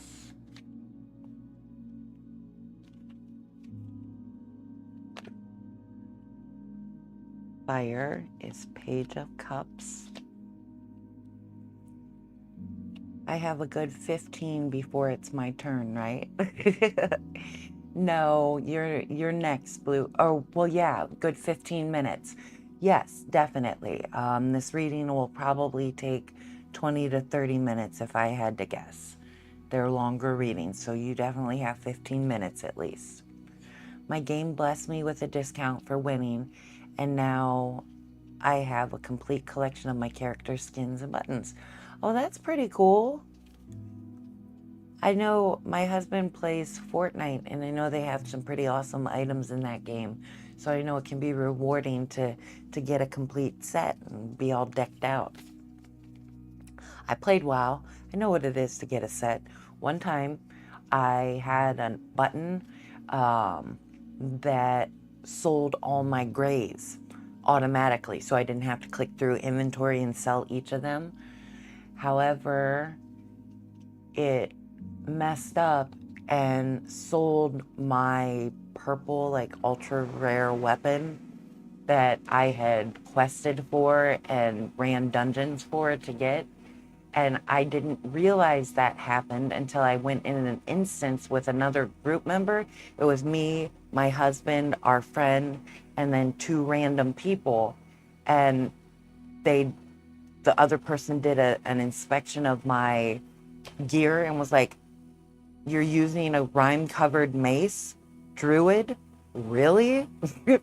And I was like, "Oh my God, I sold my weapon." And they voted to kick me like immediately.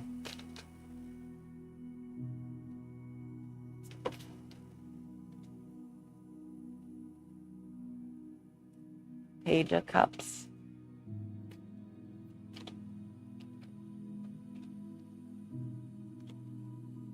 Eight of Swords. It was for Honor of Kings. I play a character called diagnose. It's a mobile MOBA.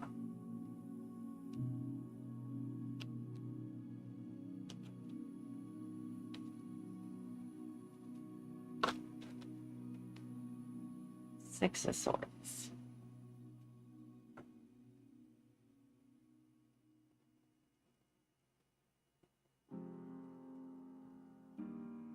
Oh, wow, little Princess Cherry. Thank you for the 3-stream streak. Thank you. I appreciate you being here each time I've streamed. It's cool to be 3 in a row. Okay, so I am back. I'm glad you're back, Sacred Mallow. I appreciate that you're hanging around even though you've had your reading.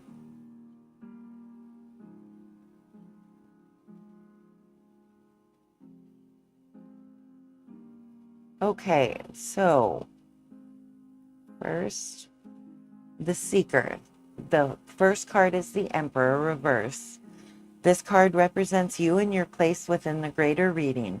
As you are the anchor to this divination, draw until you have found a major arcana card. Its significance describes your present condition and will affect the rest of the reading. The Emperor has been in many of my readings tonight. I love this idea that we need the same information. We're a tribe, and we're coming together tonight. The Emperor is an ancient storied defender. He wields his wisdom with the same grace and measure as his weapon and brings peace in troubled times. He seeks neither battle nor conquest, but will protect the Emerald Dream with ferocious fervor. The mighty and ancient Malthurian Storm Rage is just this type of force. In reverse position, what is presented as wisdom is actually folly.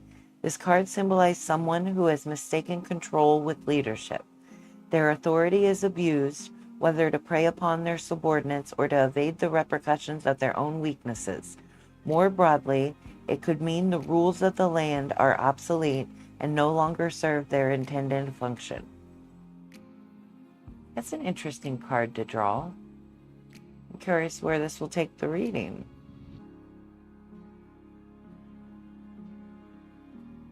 So what is presented as wisdom is folly. So in the present moment, control is being exerted instead of leadership.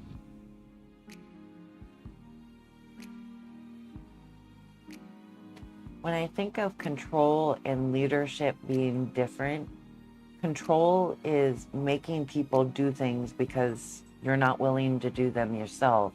Leadership is walking the walk.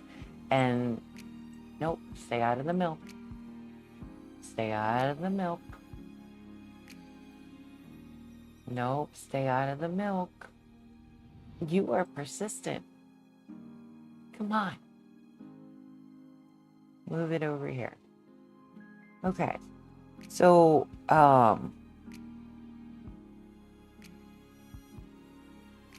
where leadership is doing the work and showing other people how to do it right, not relying on, and leadership lets people do their thing because they're best at it, right? Snickers. So you're on a mobile and the app is garbage, so it does weird things. Okay, well, I'm glad you're back, Sacred Mallow. All right, so the second card is the Foundation. This is the Earth Elemental card and represents the foundation of your circumstances. It is the environment you are in, the one that is affecting you. Five of Wands reversed.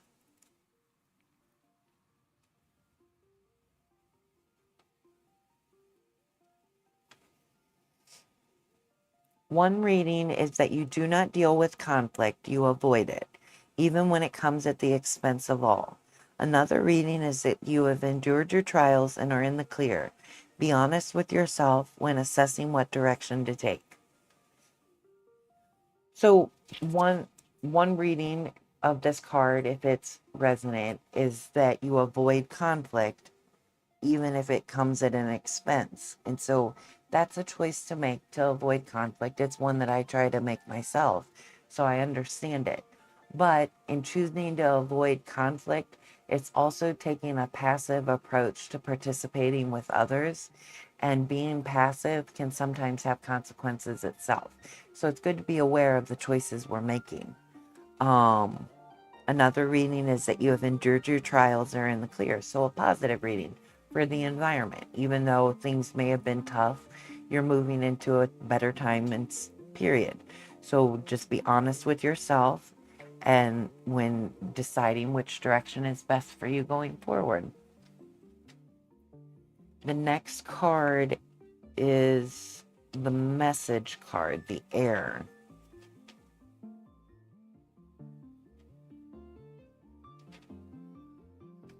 The influence. This is the air elemental card and represents the messages you are receiving. Reflect on the feedback and communication you are having with those around you and how it is influencing you now. Two of Pentacles reversed.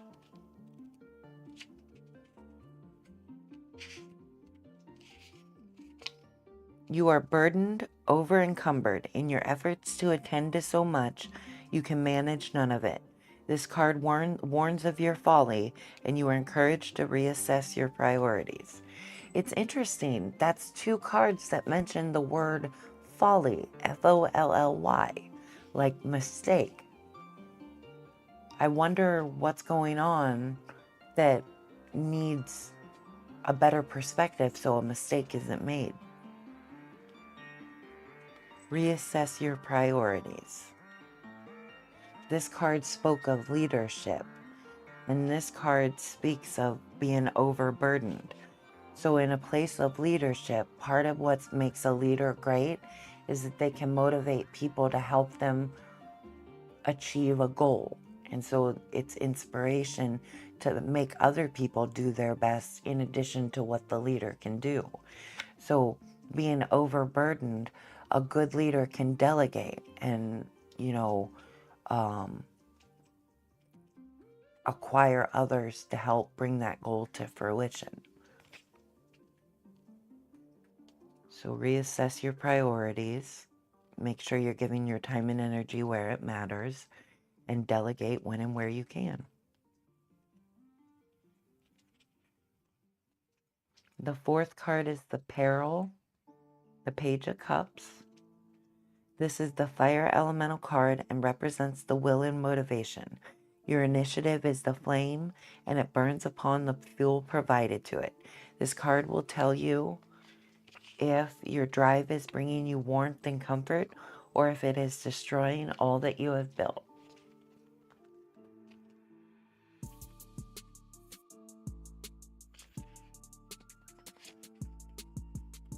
Page of Cups, upright. This card encourages an open mind and active wit.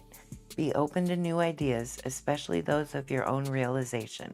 Artistic expression is always the right answer in this case, as is open honesty about your emotions.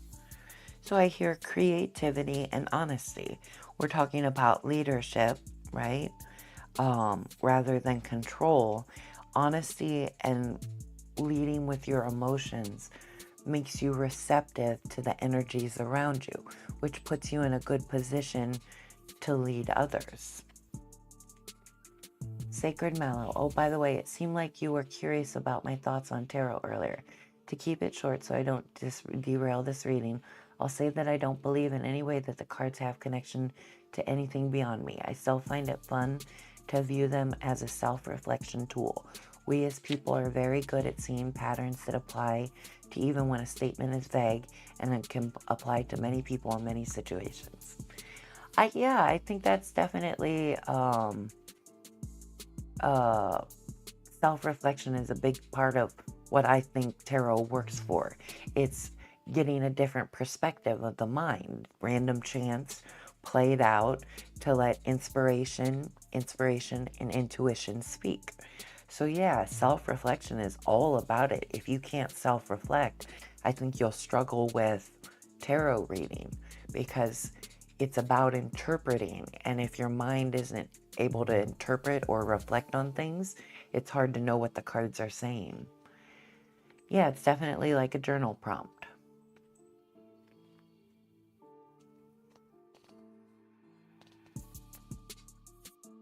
So this card encourages an open mind in the peril. So your initiative and drive is bringing warmth and comfort in the way of being open-minded and active in wit.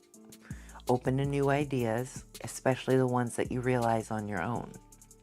So yeah, I like that. The fifth card is the intuition.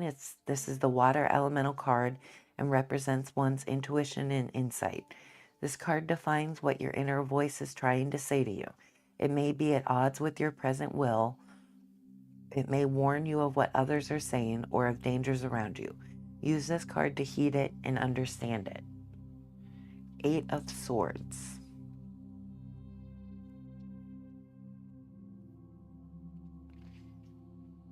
You are in a prison of your own making. You feel trapped, but this is mostly through your own actions. Do not fall prey to the addiction of pitying your own victimization. So often, our beliefs, our thought patterns, our feelings, these things on the inside of us, they can almost imprison us because we don't know how to receive them or process them healthily. So this card speaks of being imprisoned in that way. Something on the inside is creating a cage, and ultimately that cage is holding you back from this leadership position of embodying leadership, not just control. And so when you're in a cage, you always have the key. You are the key. And so it's just about finding a new perspective that opens the door to find freedom.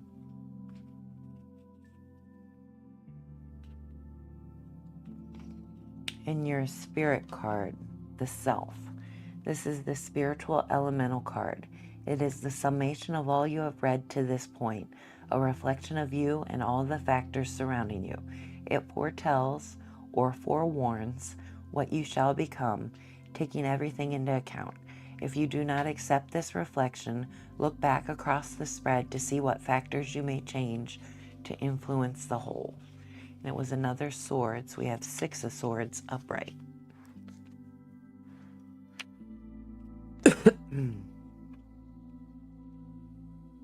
The battle is over, for good or for ill. It is time to sheathe the sword and move on. Leave the past behind as you transition to a new place. This may be literal or emotional, but you should progress all the same.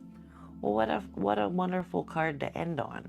That the battle's over for good or ill, and it's just time to move on. Let the past be what it is and move forward to let progress be what it'll be. I really like that. So, Son of Lilith, I hope that was a resonant reading after waiting so long to get it. I appreciate you being here and hanging out until, I could get you your reading. Thank you for trying the new deck. I hope, there was insight or guidance that was needed, and, you're walking away with something positive. Yes, I love that.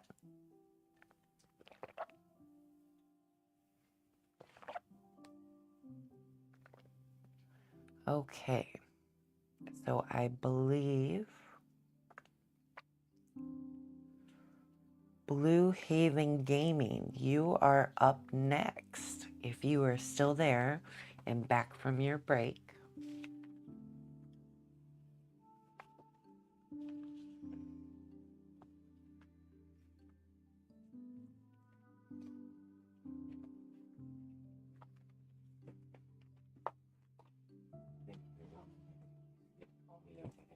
Oh, I did. Yes, I'm sorry. Call Me Yo Daddy is up. I apologize. Sorry, Call Me Yo Daddy is next. I apologize for that, my mix-up. Call Me Yo Daddy, are you there?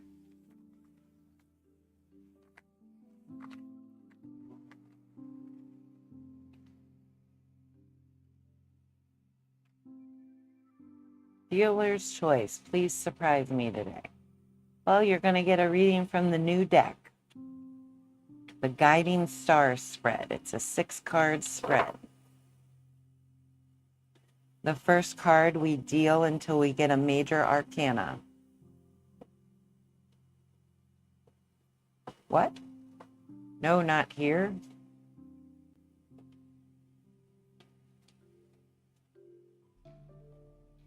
I don't understand. So we're waiting for a jumper to be a major arcana.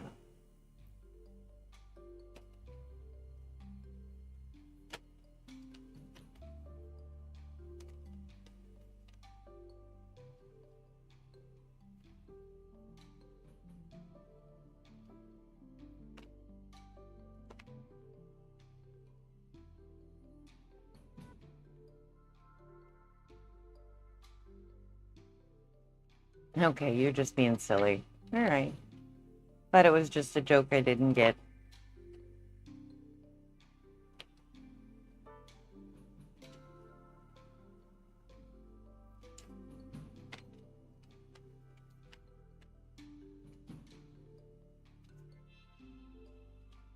Okay, the Devil.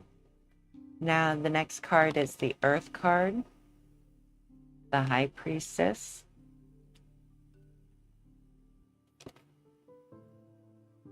the Air card is Two of Pentacles, Strength is the Fire card. Blue Haven, you are up next. I'm doing Call Me Yo Daddy right now, and you are next.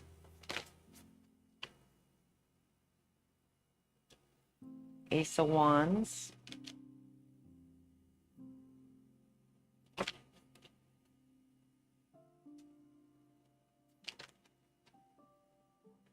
Three of Swords.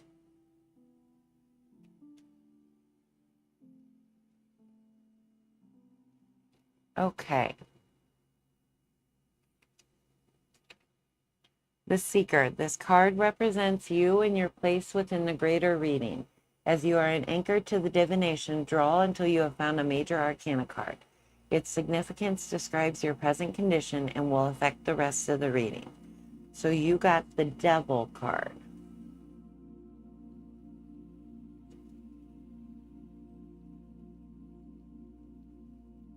They all say men have a price. What would you do to have all that you wanted?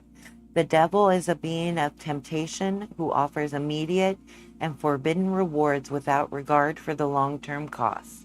Today's gratification will be tomorrow's regret, but so many people consider that tomorrow's problem.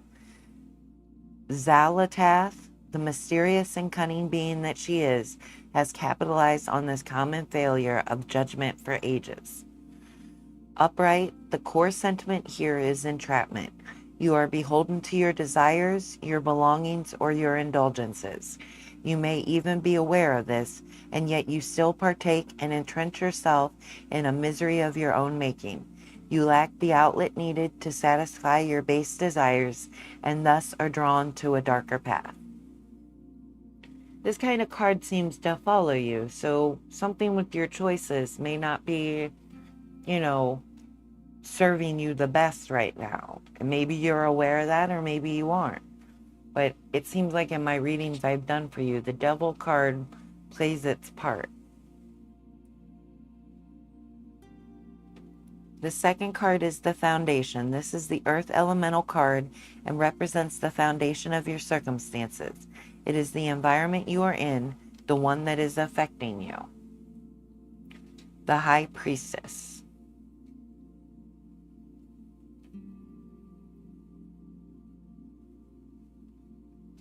The high priestess is one of power and moderation. She has seen the brightest virtue and the darkest transgression and is disoriented by neither. Instead, she takes the central path. Although she is grounded in reality, she knows of magic and can partake in its boons. When drawn, this card harkens to Jaina Proudmoore, perhaps the most seasoned and powerful mortal mage in all of Azeroth. Upright, this card is a symbol of intuition and the spirit's wisdom. A question, of course, may seem clear on an intellectual level, but heed the counsel of your inner voice. Piety and guidance from your own intuition are needed in this moment or with this person. So this card spoke of choices and making, like, heading in bad directions, falling asleep, but I hope to stop by another stream soon.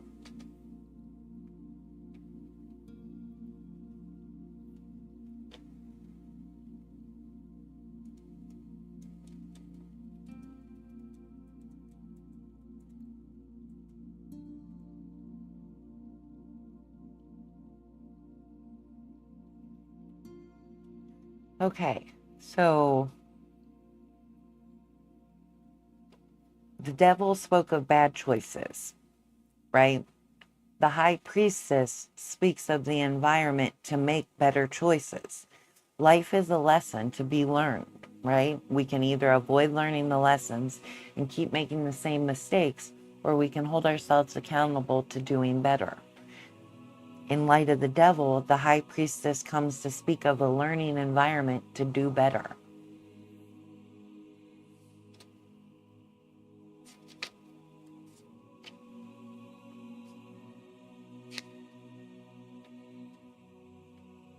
The third card is the influence. This is the air elemental card and represents the messages you are receiving.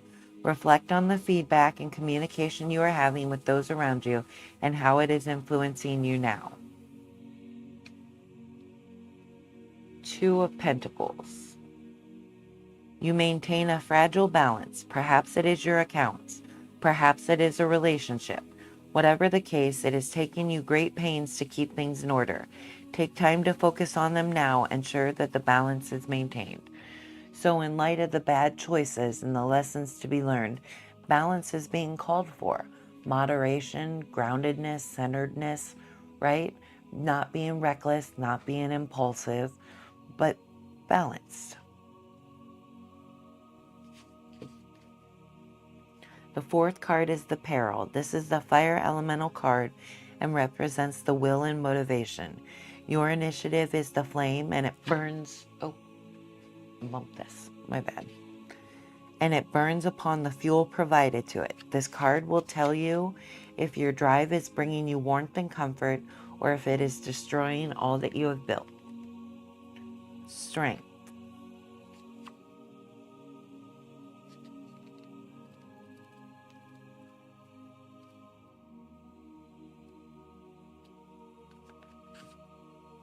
The meanings behind this card are bold and clear. Strength comes from not only power, but also courage and discipline. Any brute can kill, and any fool can pick a fight, yet few can resolutely stand by their convictions. Strength depicts someone who has all these virtues, someone who can stand shoulder to shoulder with Varian Wynn, former King of Stormwind, and former High King of the Alliance.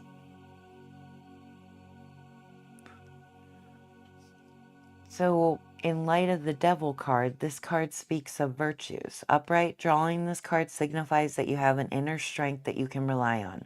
Others also depend upon your compassion, patience, and spiritual fortitude. You are a pillar, so continue to stand strong.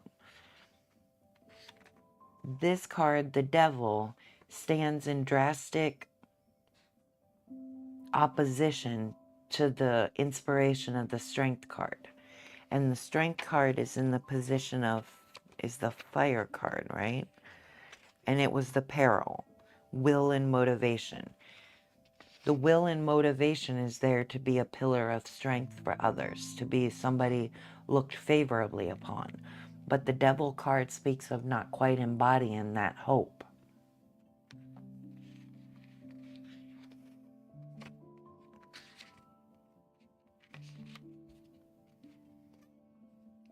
Card 5 is the intuition. This is the water elemental card and represents one's intuition and insight. This card defines what your inner voice is trying to say to you. It may be at odds with your present will. It may warn you of what others are saying or of the dangers around you. Use this card to heed it and understand it. Ace of Wands reversed.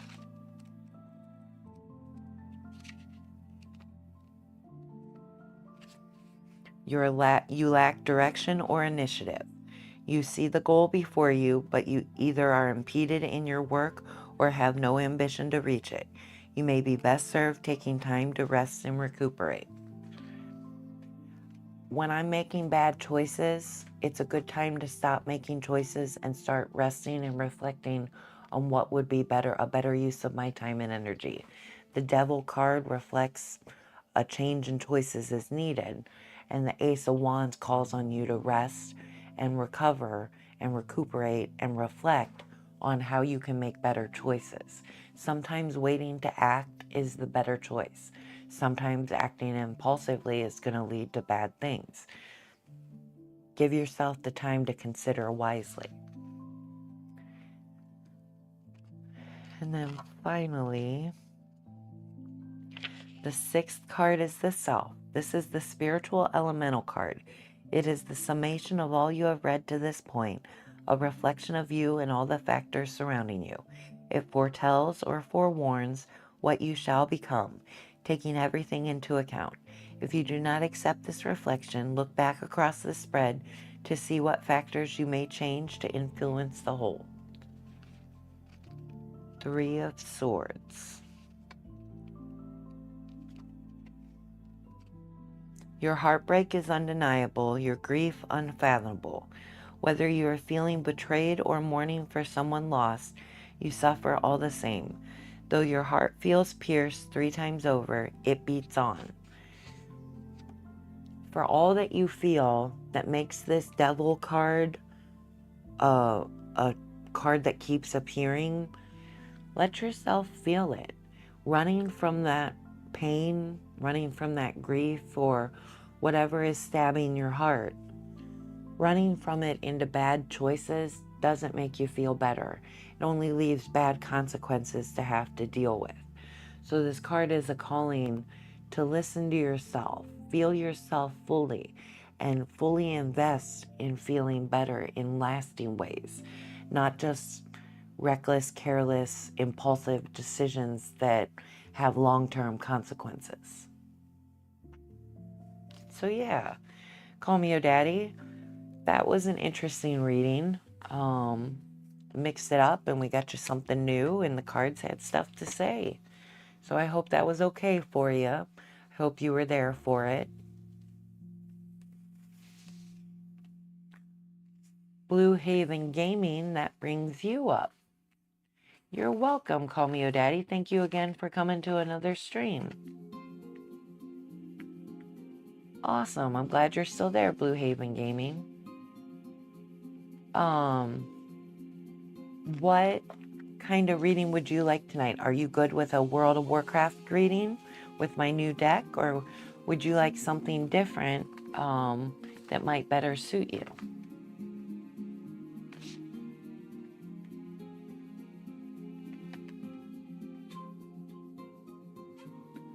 Well, I have this World of Warcraft deck that I have been using.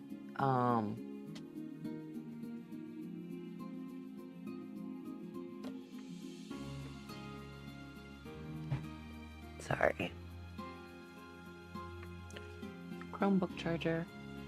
I have this World of Warcraft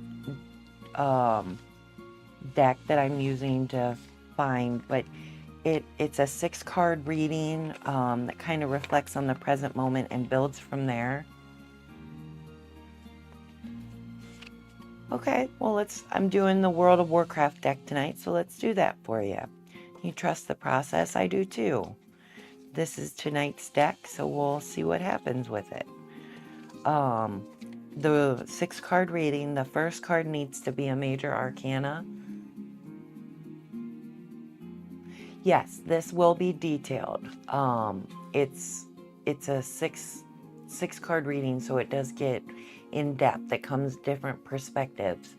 But if you're not happy with your reading, I can always I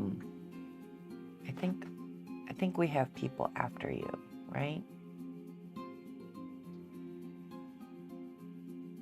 Maybe not. So yeah, did little Princess Cherry join? Sorry, I'm not sure. Okay. If you're not happy with your reading, we'll try to get you another one so we can find something resonant. But yeah, so the first card we're looking for is Major Arcana.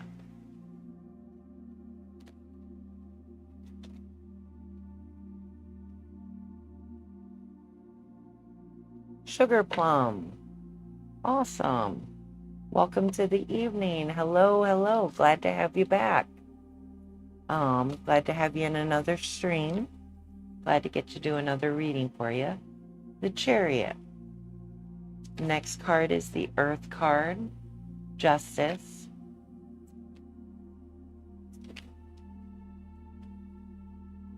Air card is Four of Wands. Fire card is Seven of Swords, reversed. Glad to have you here, Sugar Plum. I hope you're having a good night.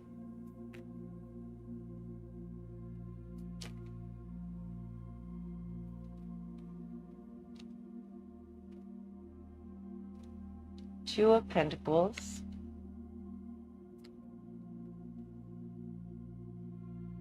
The Hanged Man. Okay.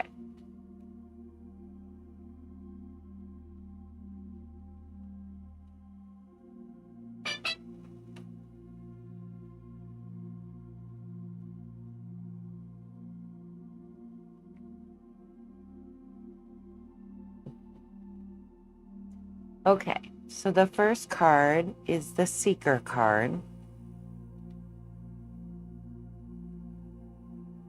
You're getting ready to study for your exam tomorrow. Okay. All right. Well, hopefully you have plenty of time to prepare and you feel ready to take it. You're not having to cram, but just refresh yourself before the exam. Hope it's going to go well. The Seeker. This card represents you and your place within the greater reading. As you are an anchor to the divination, draw until you have found a major arcana card. Its significance describes your present condition and will affect the rest of the reading. Your major arcana card was the Chariot. Low-key, I'm cramming, but just writing down notes and stuff. Well, I hope you can get what you need to done so you do well on the test. The Chariot symbolizes many things. Traditionally, the driver is one enlightened by the higher power, yet also grounded in mortal affairs. The forces that draw their chariot are the embodiments of light and chaos, and the driver must keep both reined back in equal measure. This is embodied in Illidan Stormrage, whose good intentions of protecting Azeroth saw him walk the line of both hero and villain, champion, monster, prisoner, and jailer. Upright, the message here is of control. Oversee the variables before you regulate them with confidence. You will succeed with attentiveness, patience, and a steady hand. You must manage each surprise and detour with assuredness as you drive towards your goal. I like that it mentioned control or confidence, right? But rather than speaking of control, it speaks of meeting the moment with attentiveness, patience, and a steady hand. Calmly approaching the moment to see where you can actively participate to drive the moment forward versus trying to grip down on things and make things happen. Balance of light and chaos. That's the chariot. You are the chariot that carries forward, balancing light and chaos. So your second card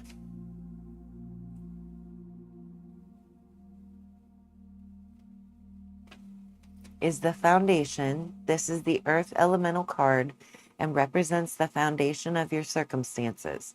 It is the environment you are in, the one that is affecting you. And you got the justice card.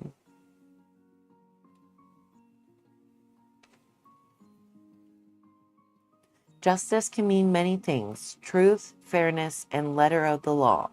This card stands for them all in balanced unison. It is a symbol for one who can measure what is right in both in legal and moral terms. It also symbolizes the consequences of its actions. For bringing justice is rarely a civil or peaceful act. Hallowed Paladin Uther Lightbringer upheld these very principles even after his soul was shattered for following them. Upright, this card speaks to justice served. Perhaps your past actions have been called into question. If you have done nothing wrong, stay true to your convictions, for you will be proven right in the end. If you did err, know that justice will come for you in time. I like the justice card in the environment because it means we are an active participant in the life we lead. Our environment around us is because of how we participate and how we receive it. So we receive justice based on our actions. And so if you're sowing good energy into your environment is likely to be really positive. But if you're out there making the same mistakes over and over, taking advantage, whatever might be the negative way of participating with reality, that's also going to have its justice as well. It'll be met with bad experiences, bad consequences, bad feelings, whatever it might be. The polarity of how we participate is what we are met with in return. You get what you give. The third card is the influence. This is the air elemental card and represents the messages you are receiving. Reflect on the feedback and communication you are having with those around you and how it is influencing you now.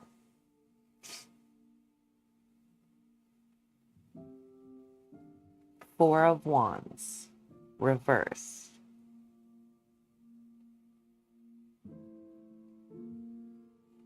The four raised wands speak of discord. There is disharmony among your tribe. You feel unwelcome in your own home and that your creative endeavors go unacknowledged or unappreciated.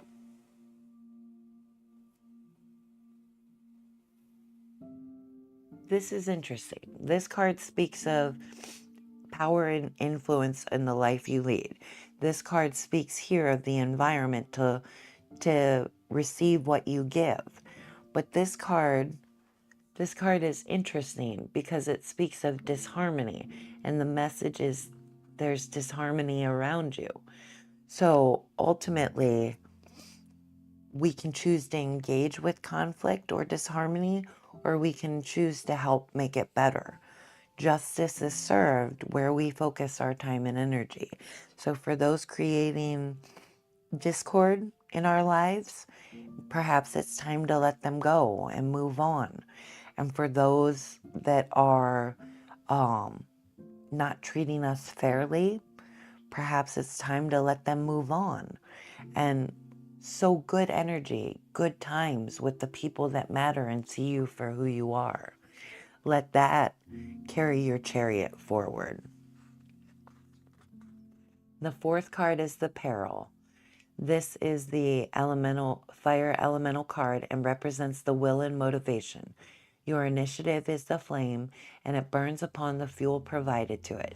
This card will tell you if your drive is bringing you warmth and comfort or if it is destroying all that you have built. Seven of Swords.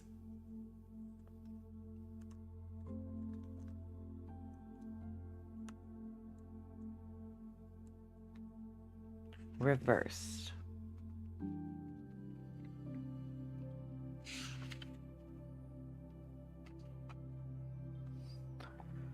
Deception has been at work, but it is being laid bare. The truth must be revealed.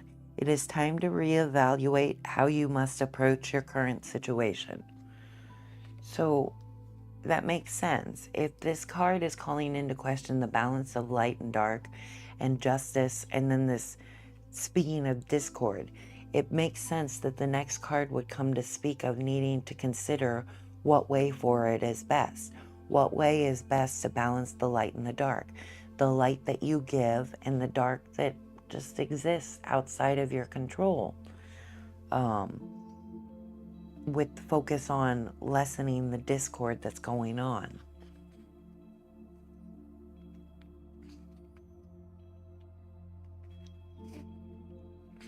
The fifth card is the intuition. This is the water elemental card and represents one's intuition and insight. This card defines what your inner voice is trying to say to you. It may be at odds with your present will. It may warn you of what others are saying or of the dangers around you. Use this card to heed it and understand it. Two of Pentacles. You maintain a fragile balance. Perhaps it is your accounts, perhaps it is a relationship. Whatever the case, it is taking you great pains to keep things in order. Take time to focus on them now and ensure that the balance is maintained. I like that. We talked about the balance of light and chaos with the Chariot, and the intuition and insight card comes to speak of maintaining that balance. Very balanced reading, to have cards reflecting themselves.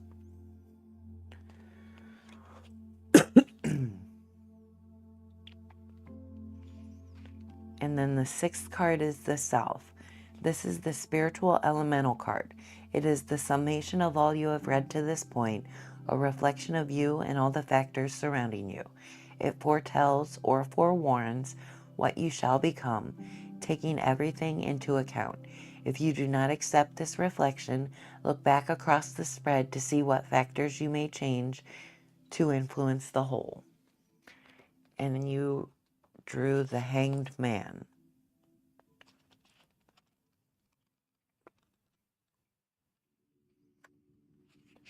Witness here a worthy soul who has surrendered to fate in service of the highest good. He is one who is unafraid to pause, question authority, and see the world from a new perspective. There is wisdom here, experience, and a willingness to endure great danger and sacrifice or gain them. Vol'jin, the high chieftain of the dark spear trolls and war chief of the horde, stood firm against injustice and sought unconventional solutions, even when it meant the fracture was remaking the horde. It meant the fracture and remaking of the horde. Upright, this card calls for judicious thought and contemplation. Great things are in motion, and you are at a precipice. Take the time to stop and reflect before you commit. Once you take action, there will be no stopping what you have planned. In essence, be sure you measure twice, cut once. I like that. Another card to consider, pausing, reflecting where your choices are best. And so as a call for balance is needed to gain a better positive connection to the influence you have in your life, pause and reflect on what choices are best and act when the time is right. Measure twice, cut once, because once you act, you can't take it back. Everything is just fixing it after that. So make sure you're acting in alignment with yourself and what feels right to guide your way forward. So yeah, Blue Haven Gaming. Was that resonant? Was that a meaningful reading? Did you enjoy that?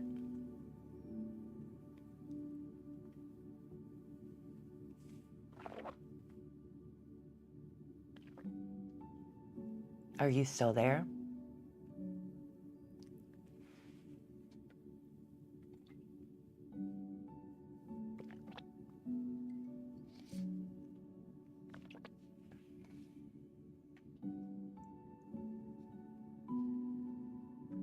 What was the main question you came for?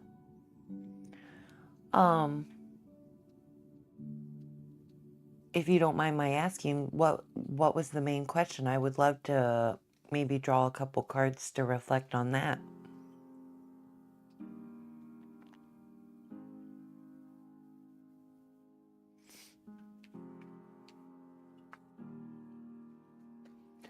When I think when you have a question on mind for if we're going to do readings, let me know the question on your mind. I'd rather focus the reading around what you want to know versus give you a general reading that doesn't really touch on what matters to you in the moment. Let's just say I was looking at what the universe be saying about relationship part of my life. Okay, well, let's do a quick love reading for you. I have a deck here that has love insight. Let's focus on that. I have a love tarot deck. We'll see what card comes from that. It's like an oracle deck. And then I have this wild reflections deck.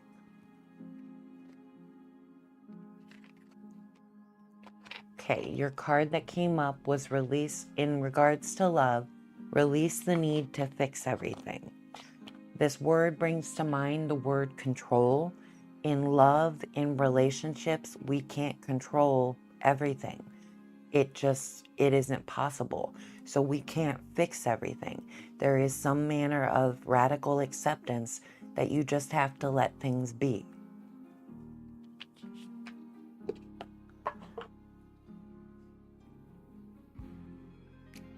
So, and the idea of releasing the need to fix everything, let's do 3 cards. One for past, one for present, and one for future for a love reading. What to focus on the past, what's hurt you, what stands out, what needs highlighted to better release and resolve that need to fix everything.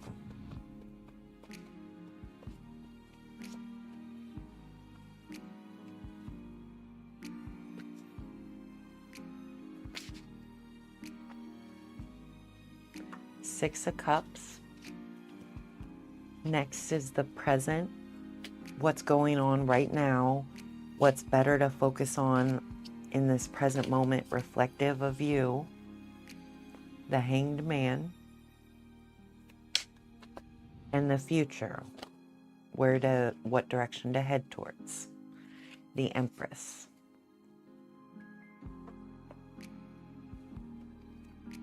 Okay. 6 of Cups.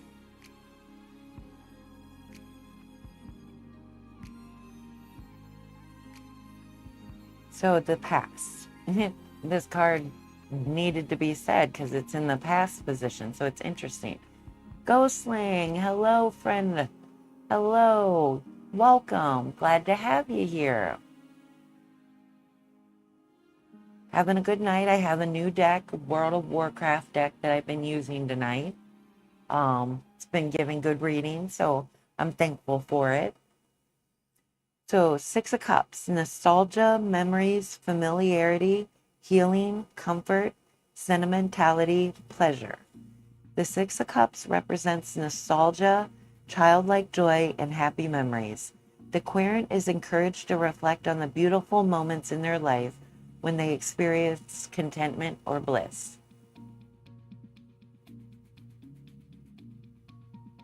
Thanks for letting me know, Sugar Plum. I hope you can study for your exam and do well. I hope I see you in a future stream and you can let me know how you did. Have a good night.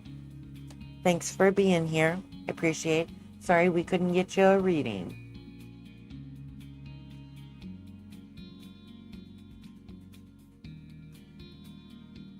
Six of Cups. Upright love meaning, reconnecting with ex, reliving happy memories, healing after breakup. This card can also signify that someone from the querent's past will return and have a positive impact on them. It may be a friend who has been away or a mentor. So in the past, I like that this card calls to focus on the positive memories you've had. There's been hurt, there's been upset, and there's been things that have been wrong, but that's okay. Focus on the good that you had so that you can carry that forward with you to be good you experience in the present. Release that need to fix everything. The past is what it is, and it is no more. Let it be that, and focus on the good memories you've made in the past. Which brings us to the present, which was the Hanged Man.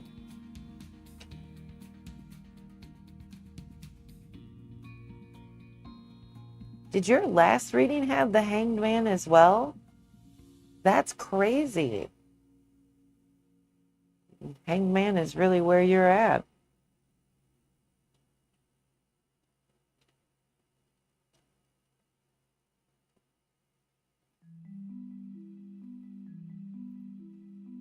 Sacrifice, waiting, uncertainty, lack of direction, perspective, contemplation. At a present, a period of trials has come into your life, which indicates the need to learn some lessons. You are going through a transition period, realizing that you are stuck halfway between the old and the new. An upright love meaning is love can't be rushed, avoid romantic pressure, and sacrifice for love. This is a card that is mainly associated with waiting and suspension. It suggests that waiting might be the thing you need to do in order to achieve success or to wait for the right opportunity. So in the present moment, wait for the right moment to act. And I like that the future card is the Empress, because this is a gentle card. And I like that it's in your future. While you are waiting, there's gentle things to come in the future. The Empress.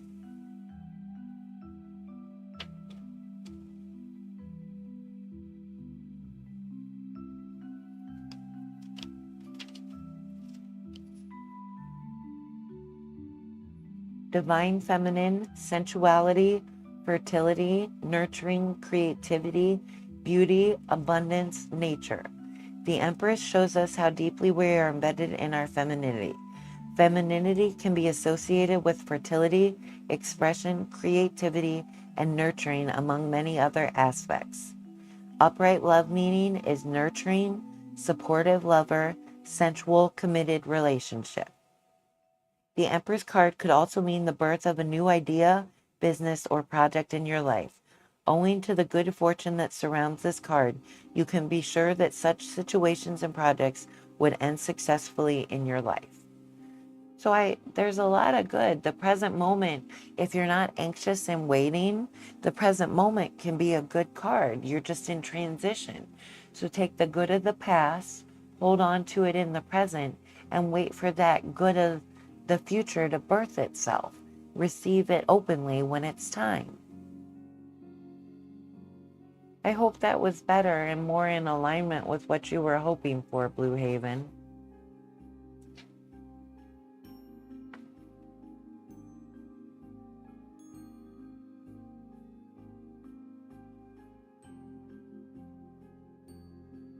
Yeah, time shall tell, but I think so. Well, good. I hope it gave you, insight or inspiration to walk away with, and in time that it'll be a resonant reading you were glad to have. So thank you for letting me do one for you. I'm glad we could also get you the love reading that you were hoping for.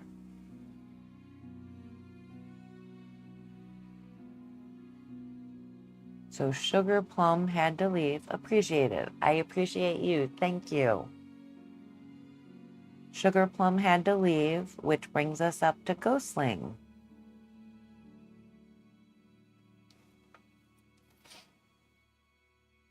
And I think that's going to be my last reading of the night. I've been going a while.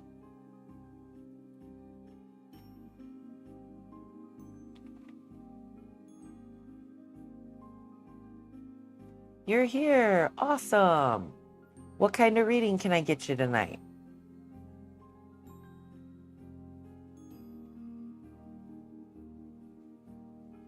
Oh, yeah. I love doing the readings. It's been a really good night, so I appreciate having people to do readings for. It's a magic and a fun kind of activity for me. So it's nice to get to share these with others.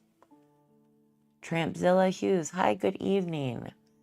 I appreciate you being here tonight, Trampzilla. I am, you're having a crisis of faith. Kathleen, I appreciate you. I am not a predictor of the future. I can't know what's happening in the future. I don't have that kind of insight or awareness.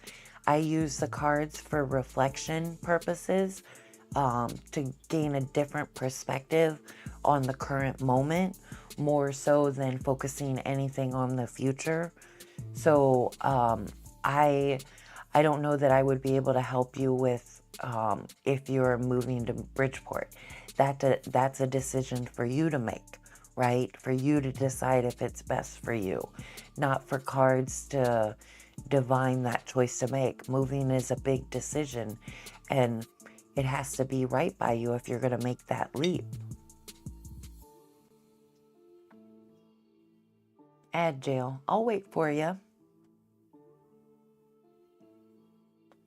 If possible, could my reading be about the best way to ground myself in my current situation? I'm back now.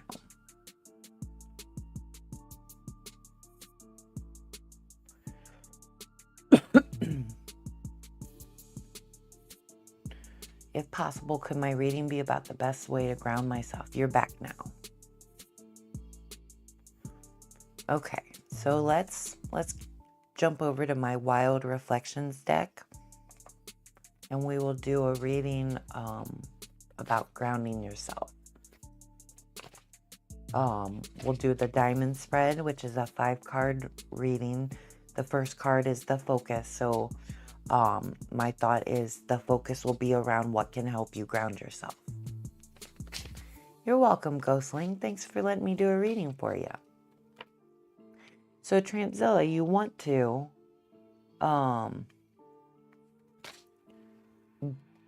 what's getting in the way of you doing it? What's causing your crisis of faith?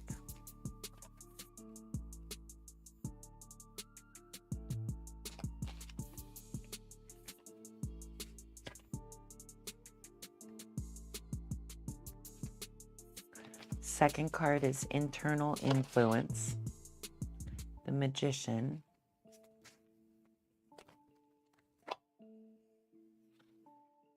The Six of Swords for the external. What's needed to better understand? Nine of Swords. And the Higher Resolution. Seven of Cups.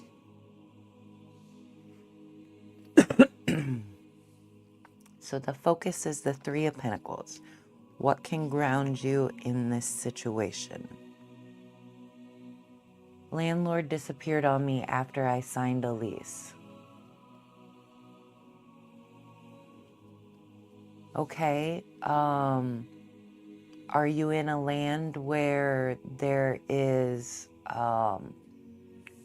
legal assistance to help you get out of your lease, or, you know, steps you could take to help fix the situation you're in?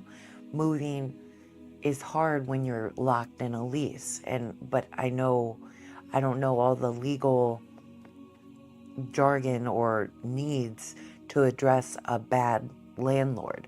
Is there assistance that you can get to help you manage this situation? Because he signed a lease, so you have a binding agreement. You're in a major city. Major cities often have a lot of resources. Does yours? Have you looked into that?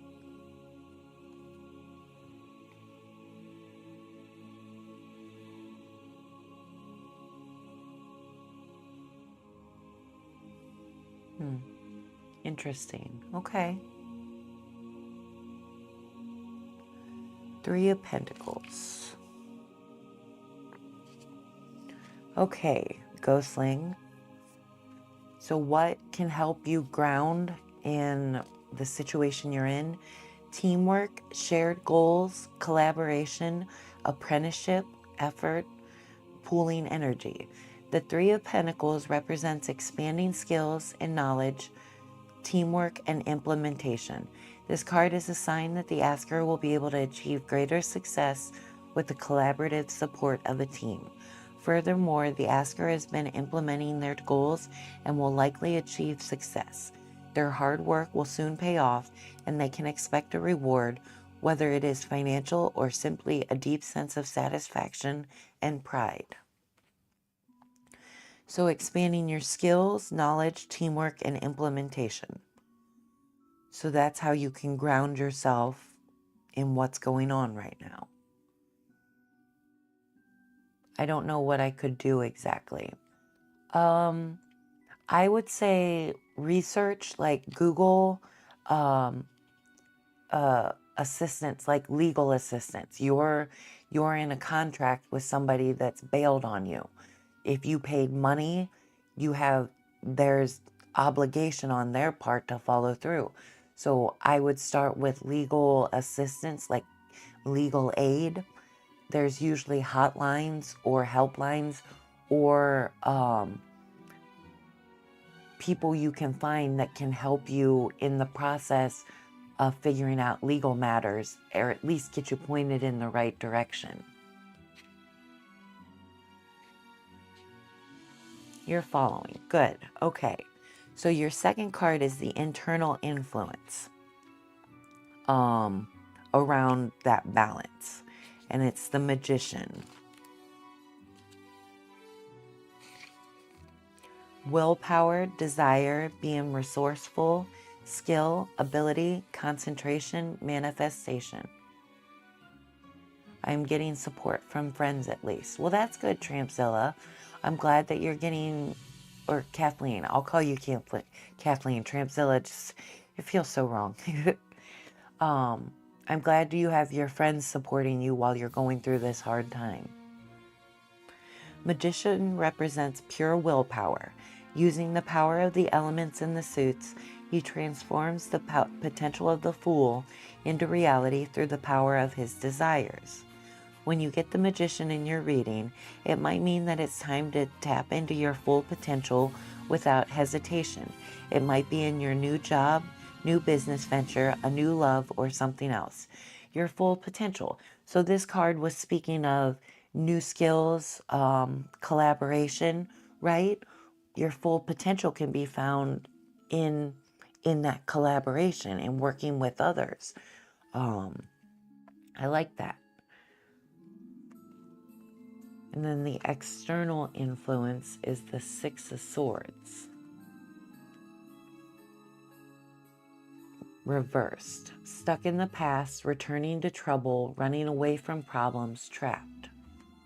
You dig it so far. Good. Thank you for letting me know it's resonating. The Six of Swords reversed indicates the asker may feel stuck in a situation or circumstance. They have been procrastinating on making a change out of fear of discomfort in the unknown, hoping everything will resolve on its own. This card is a reminder that discomfort is sometimes a necessary stepping stone towards a happier future. Positive developments will show up along their path, but they must take the leap and embrace their inner strength. So another card that speaks of inner strength. Trust in your skills and abilities to navigate this situation that you're in. Teamwork with others, the support of others, that's going to get you there.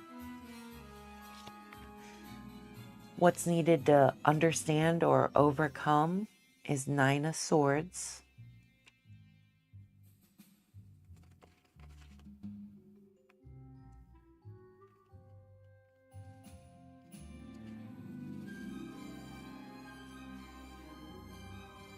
Oh, you had swords. I thought that was a third sword, but that's cups. Never mind. Nine of Swords reversed. What's needed? Recovery, learning to cope, facing life, finding help, shame, guilt, mental health issues. You may still experience the consequences of a difficult situation, but the pain is already subsiding.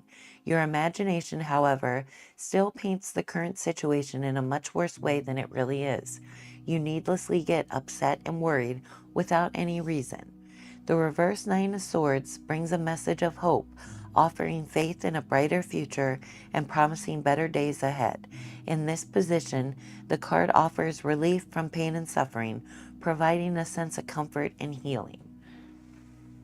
So after feeling fully what you've been through, there's a better period coming. And, focusing here in this realm of self-betterment is what's going to lead you through that period. And the higher resolution, the higher understanding. Shulka, welcome. Glad to have you. First time chatter. Seven of Cups.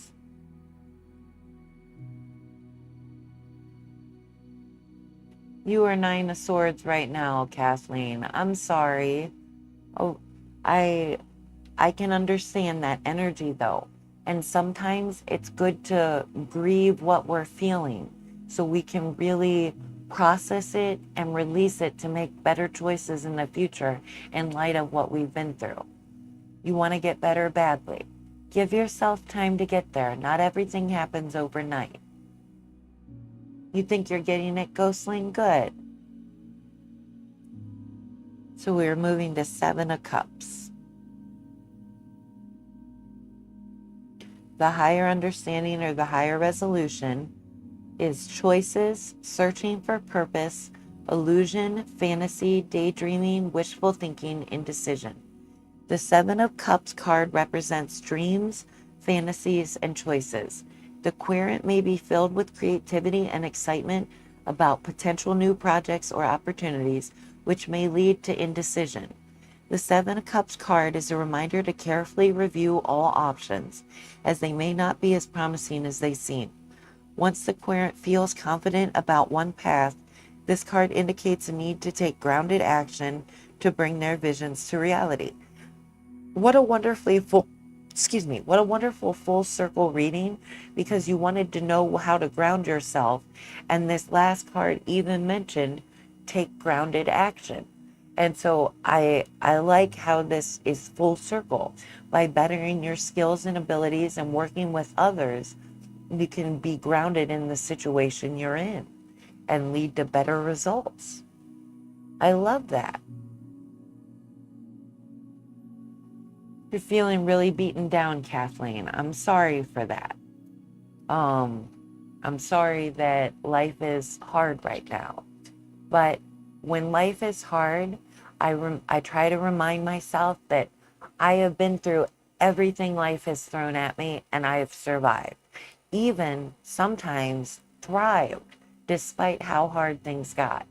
And so right now, you might be in a dark period, but the light is not lost. There's still hope, and better times are around the corner. Storms ebb and flow. Life ebbs and flows. And so sometimes they're hard times, but you'll get through them and you'll find better times. You have the support of friends in your life, which means you're not alone. And so often when times are hard, we feel alone. And so you're blessed in that way. You're going through it, but there's people there to help you get through those hard times. And that's something beautiful to be able to hold on to. We love a full circle reading. Thank you, Alma. You're welcome, Ghostling. I appreciate you for being here. Let me do the reading. Kathleen, what could I do to help you? Would a reading help? I can't predict the future for you. You're probably going to go to bed. Well, I hope you have a good night. Thank you for letting me be the last person in your evening. Send you off to good dreams. I hope you wake up feeling refreshed and ready to hit the day. Thank you a whole lot. You're welcome, Kathleen. What kind of reading can I get for you? Would you like just a general reading to see what the cards have to say?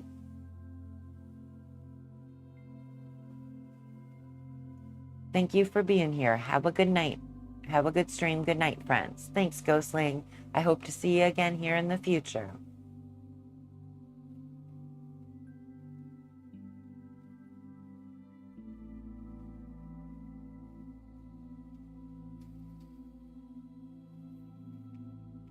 Can I possibly ask about my situation energy with somebody? Along the same lines that I can't predict the future, I'm not able to read energy of people. I do have a 4-card reading that offers insight into your energy, that person's energy, the mixing of the energies, and a meditation about the energies. If you think that reading might be beneficial for you.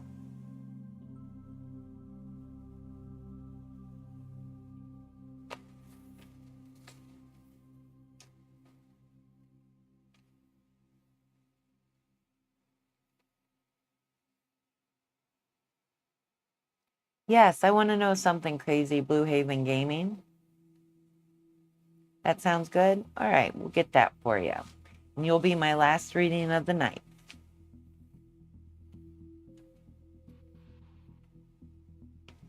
His name is Mark. Okay, so Kathleen and Mark.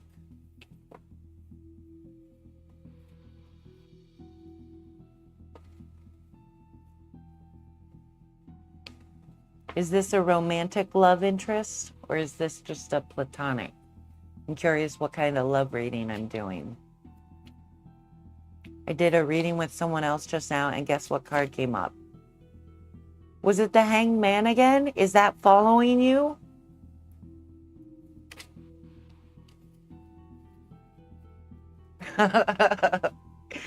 The divine wants you to wait in this transition period. It knows you're there and it's ready to tell you. That is too funny. That's 3 times in one night. That card is with you.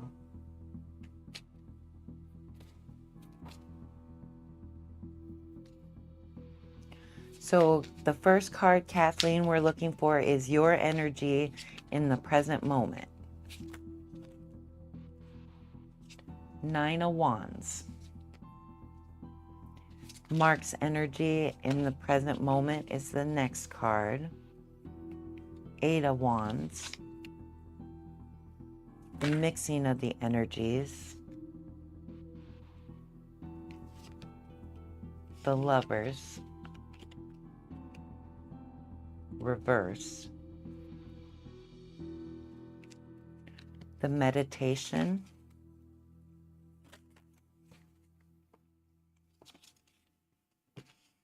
The Moon.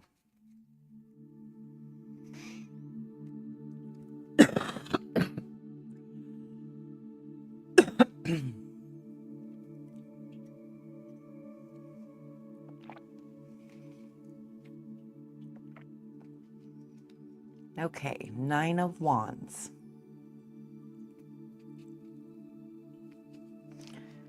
Your energy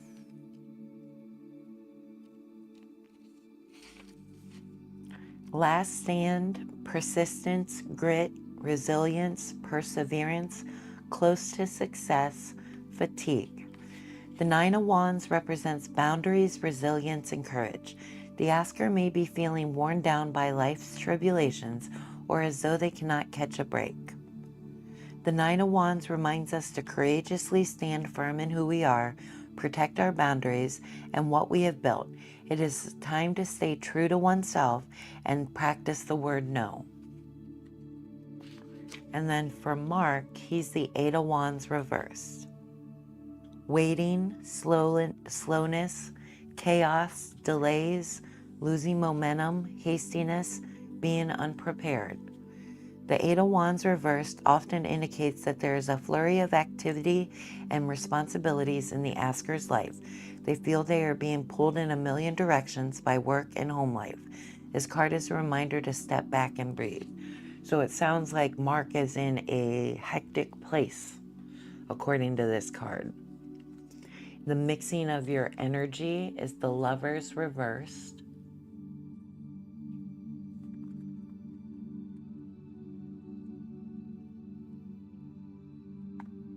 Disharmony, imbalance, conflict, detachment, bad choices, indecision. The Lovers reverse can point to both inner and outer conflicts that you are dealing with. The disharmony can make daily life difficult and could be put pressure on your relationships. The Lovers reverse can also indicate that you have been avoiding responsibility for your actions. So you need to make amends to let go of the past and make better decisions in the future. Okay, and then the Moon is the meditation.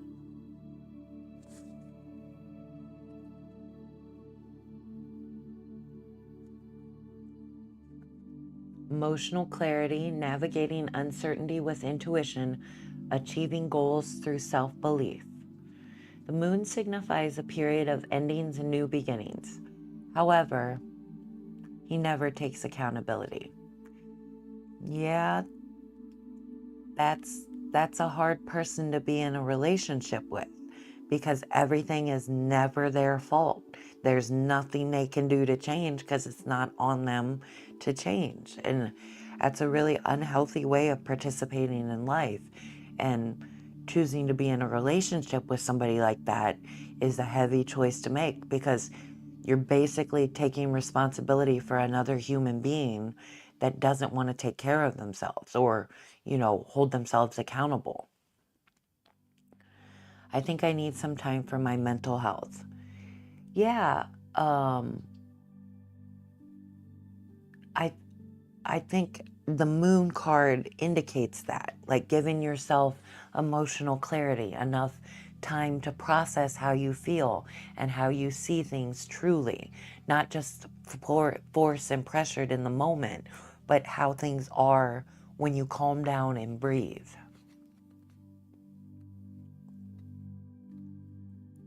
The Moon signifies a period of endings and new beginnings.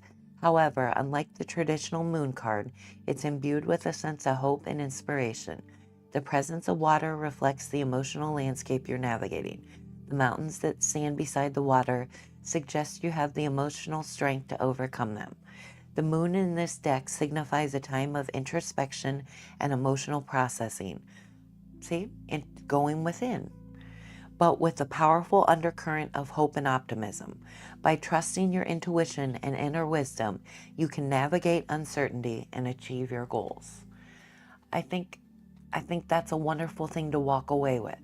Go inside, go into the internal and listen to yourself and hear yourself for where you're really at and for what you really feel, and let that guide you forward. Don't let outside influences, outside perspectives, other people dissuade you from what you know is right by you, because ultimately, if it doesn't feel right on the outside or on the inside, then it's not right on the outside. So give yourself the chance to find what's right. Take time. Don't rush it. You're going through a lot. Let yourself go through everything you need to go through and give yourself time to get there. So thank you for letting me do a reading for you tonight. I appreciate, the chance to be a part of your evening. I'm sorry you're going through some rough times, but I hope you can take that time to heal and process what's going on so you can move into a better place.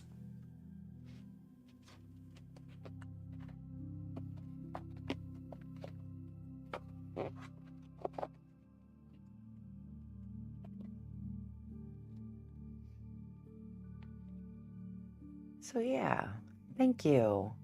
You're welcome. Thank you for being here. I appreciate you showing up and letting me do a reading for you, and, sharing where you're at, sharing a moment with me. I appreciate you letting me into your moment. So yeah, thanks for being here. I hope you'll join me again on another evening. I'm trying to stream more regularly. I try to stream on Sundays, Wednesdays, and Fridays. And since today's a Tuesday, I'm obviously getting an extra stream in, so yay. But I hope you'll be here on another one. I'm glad you found me tonight.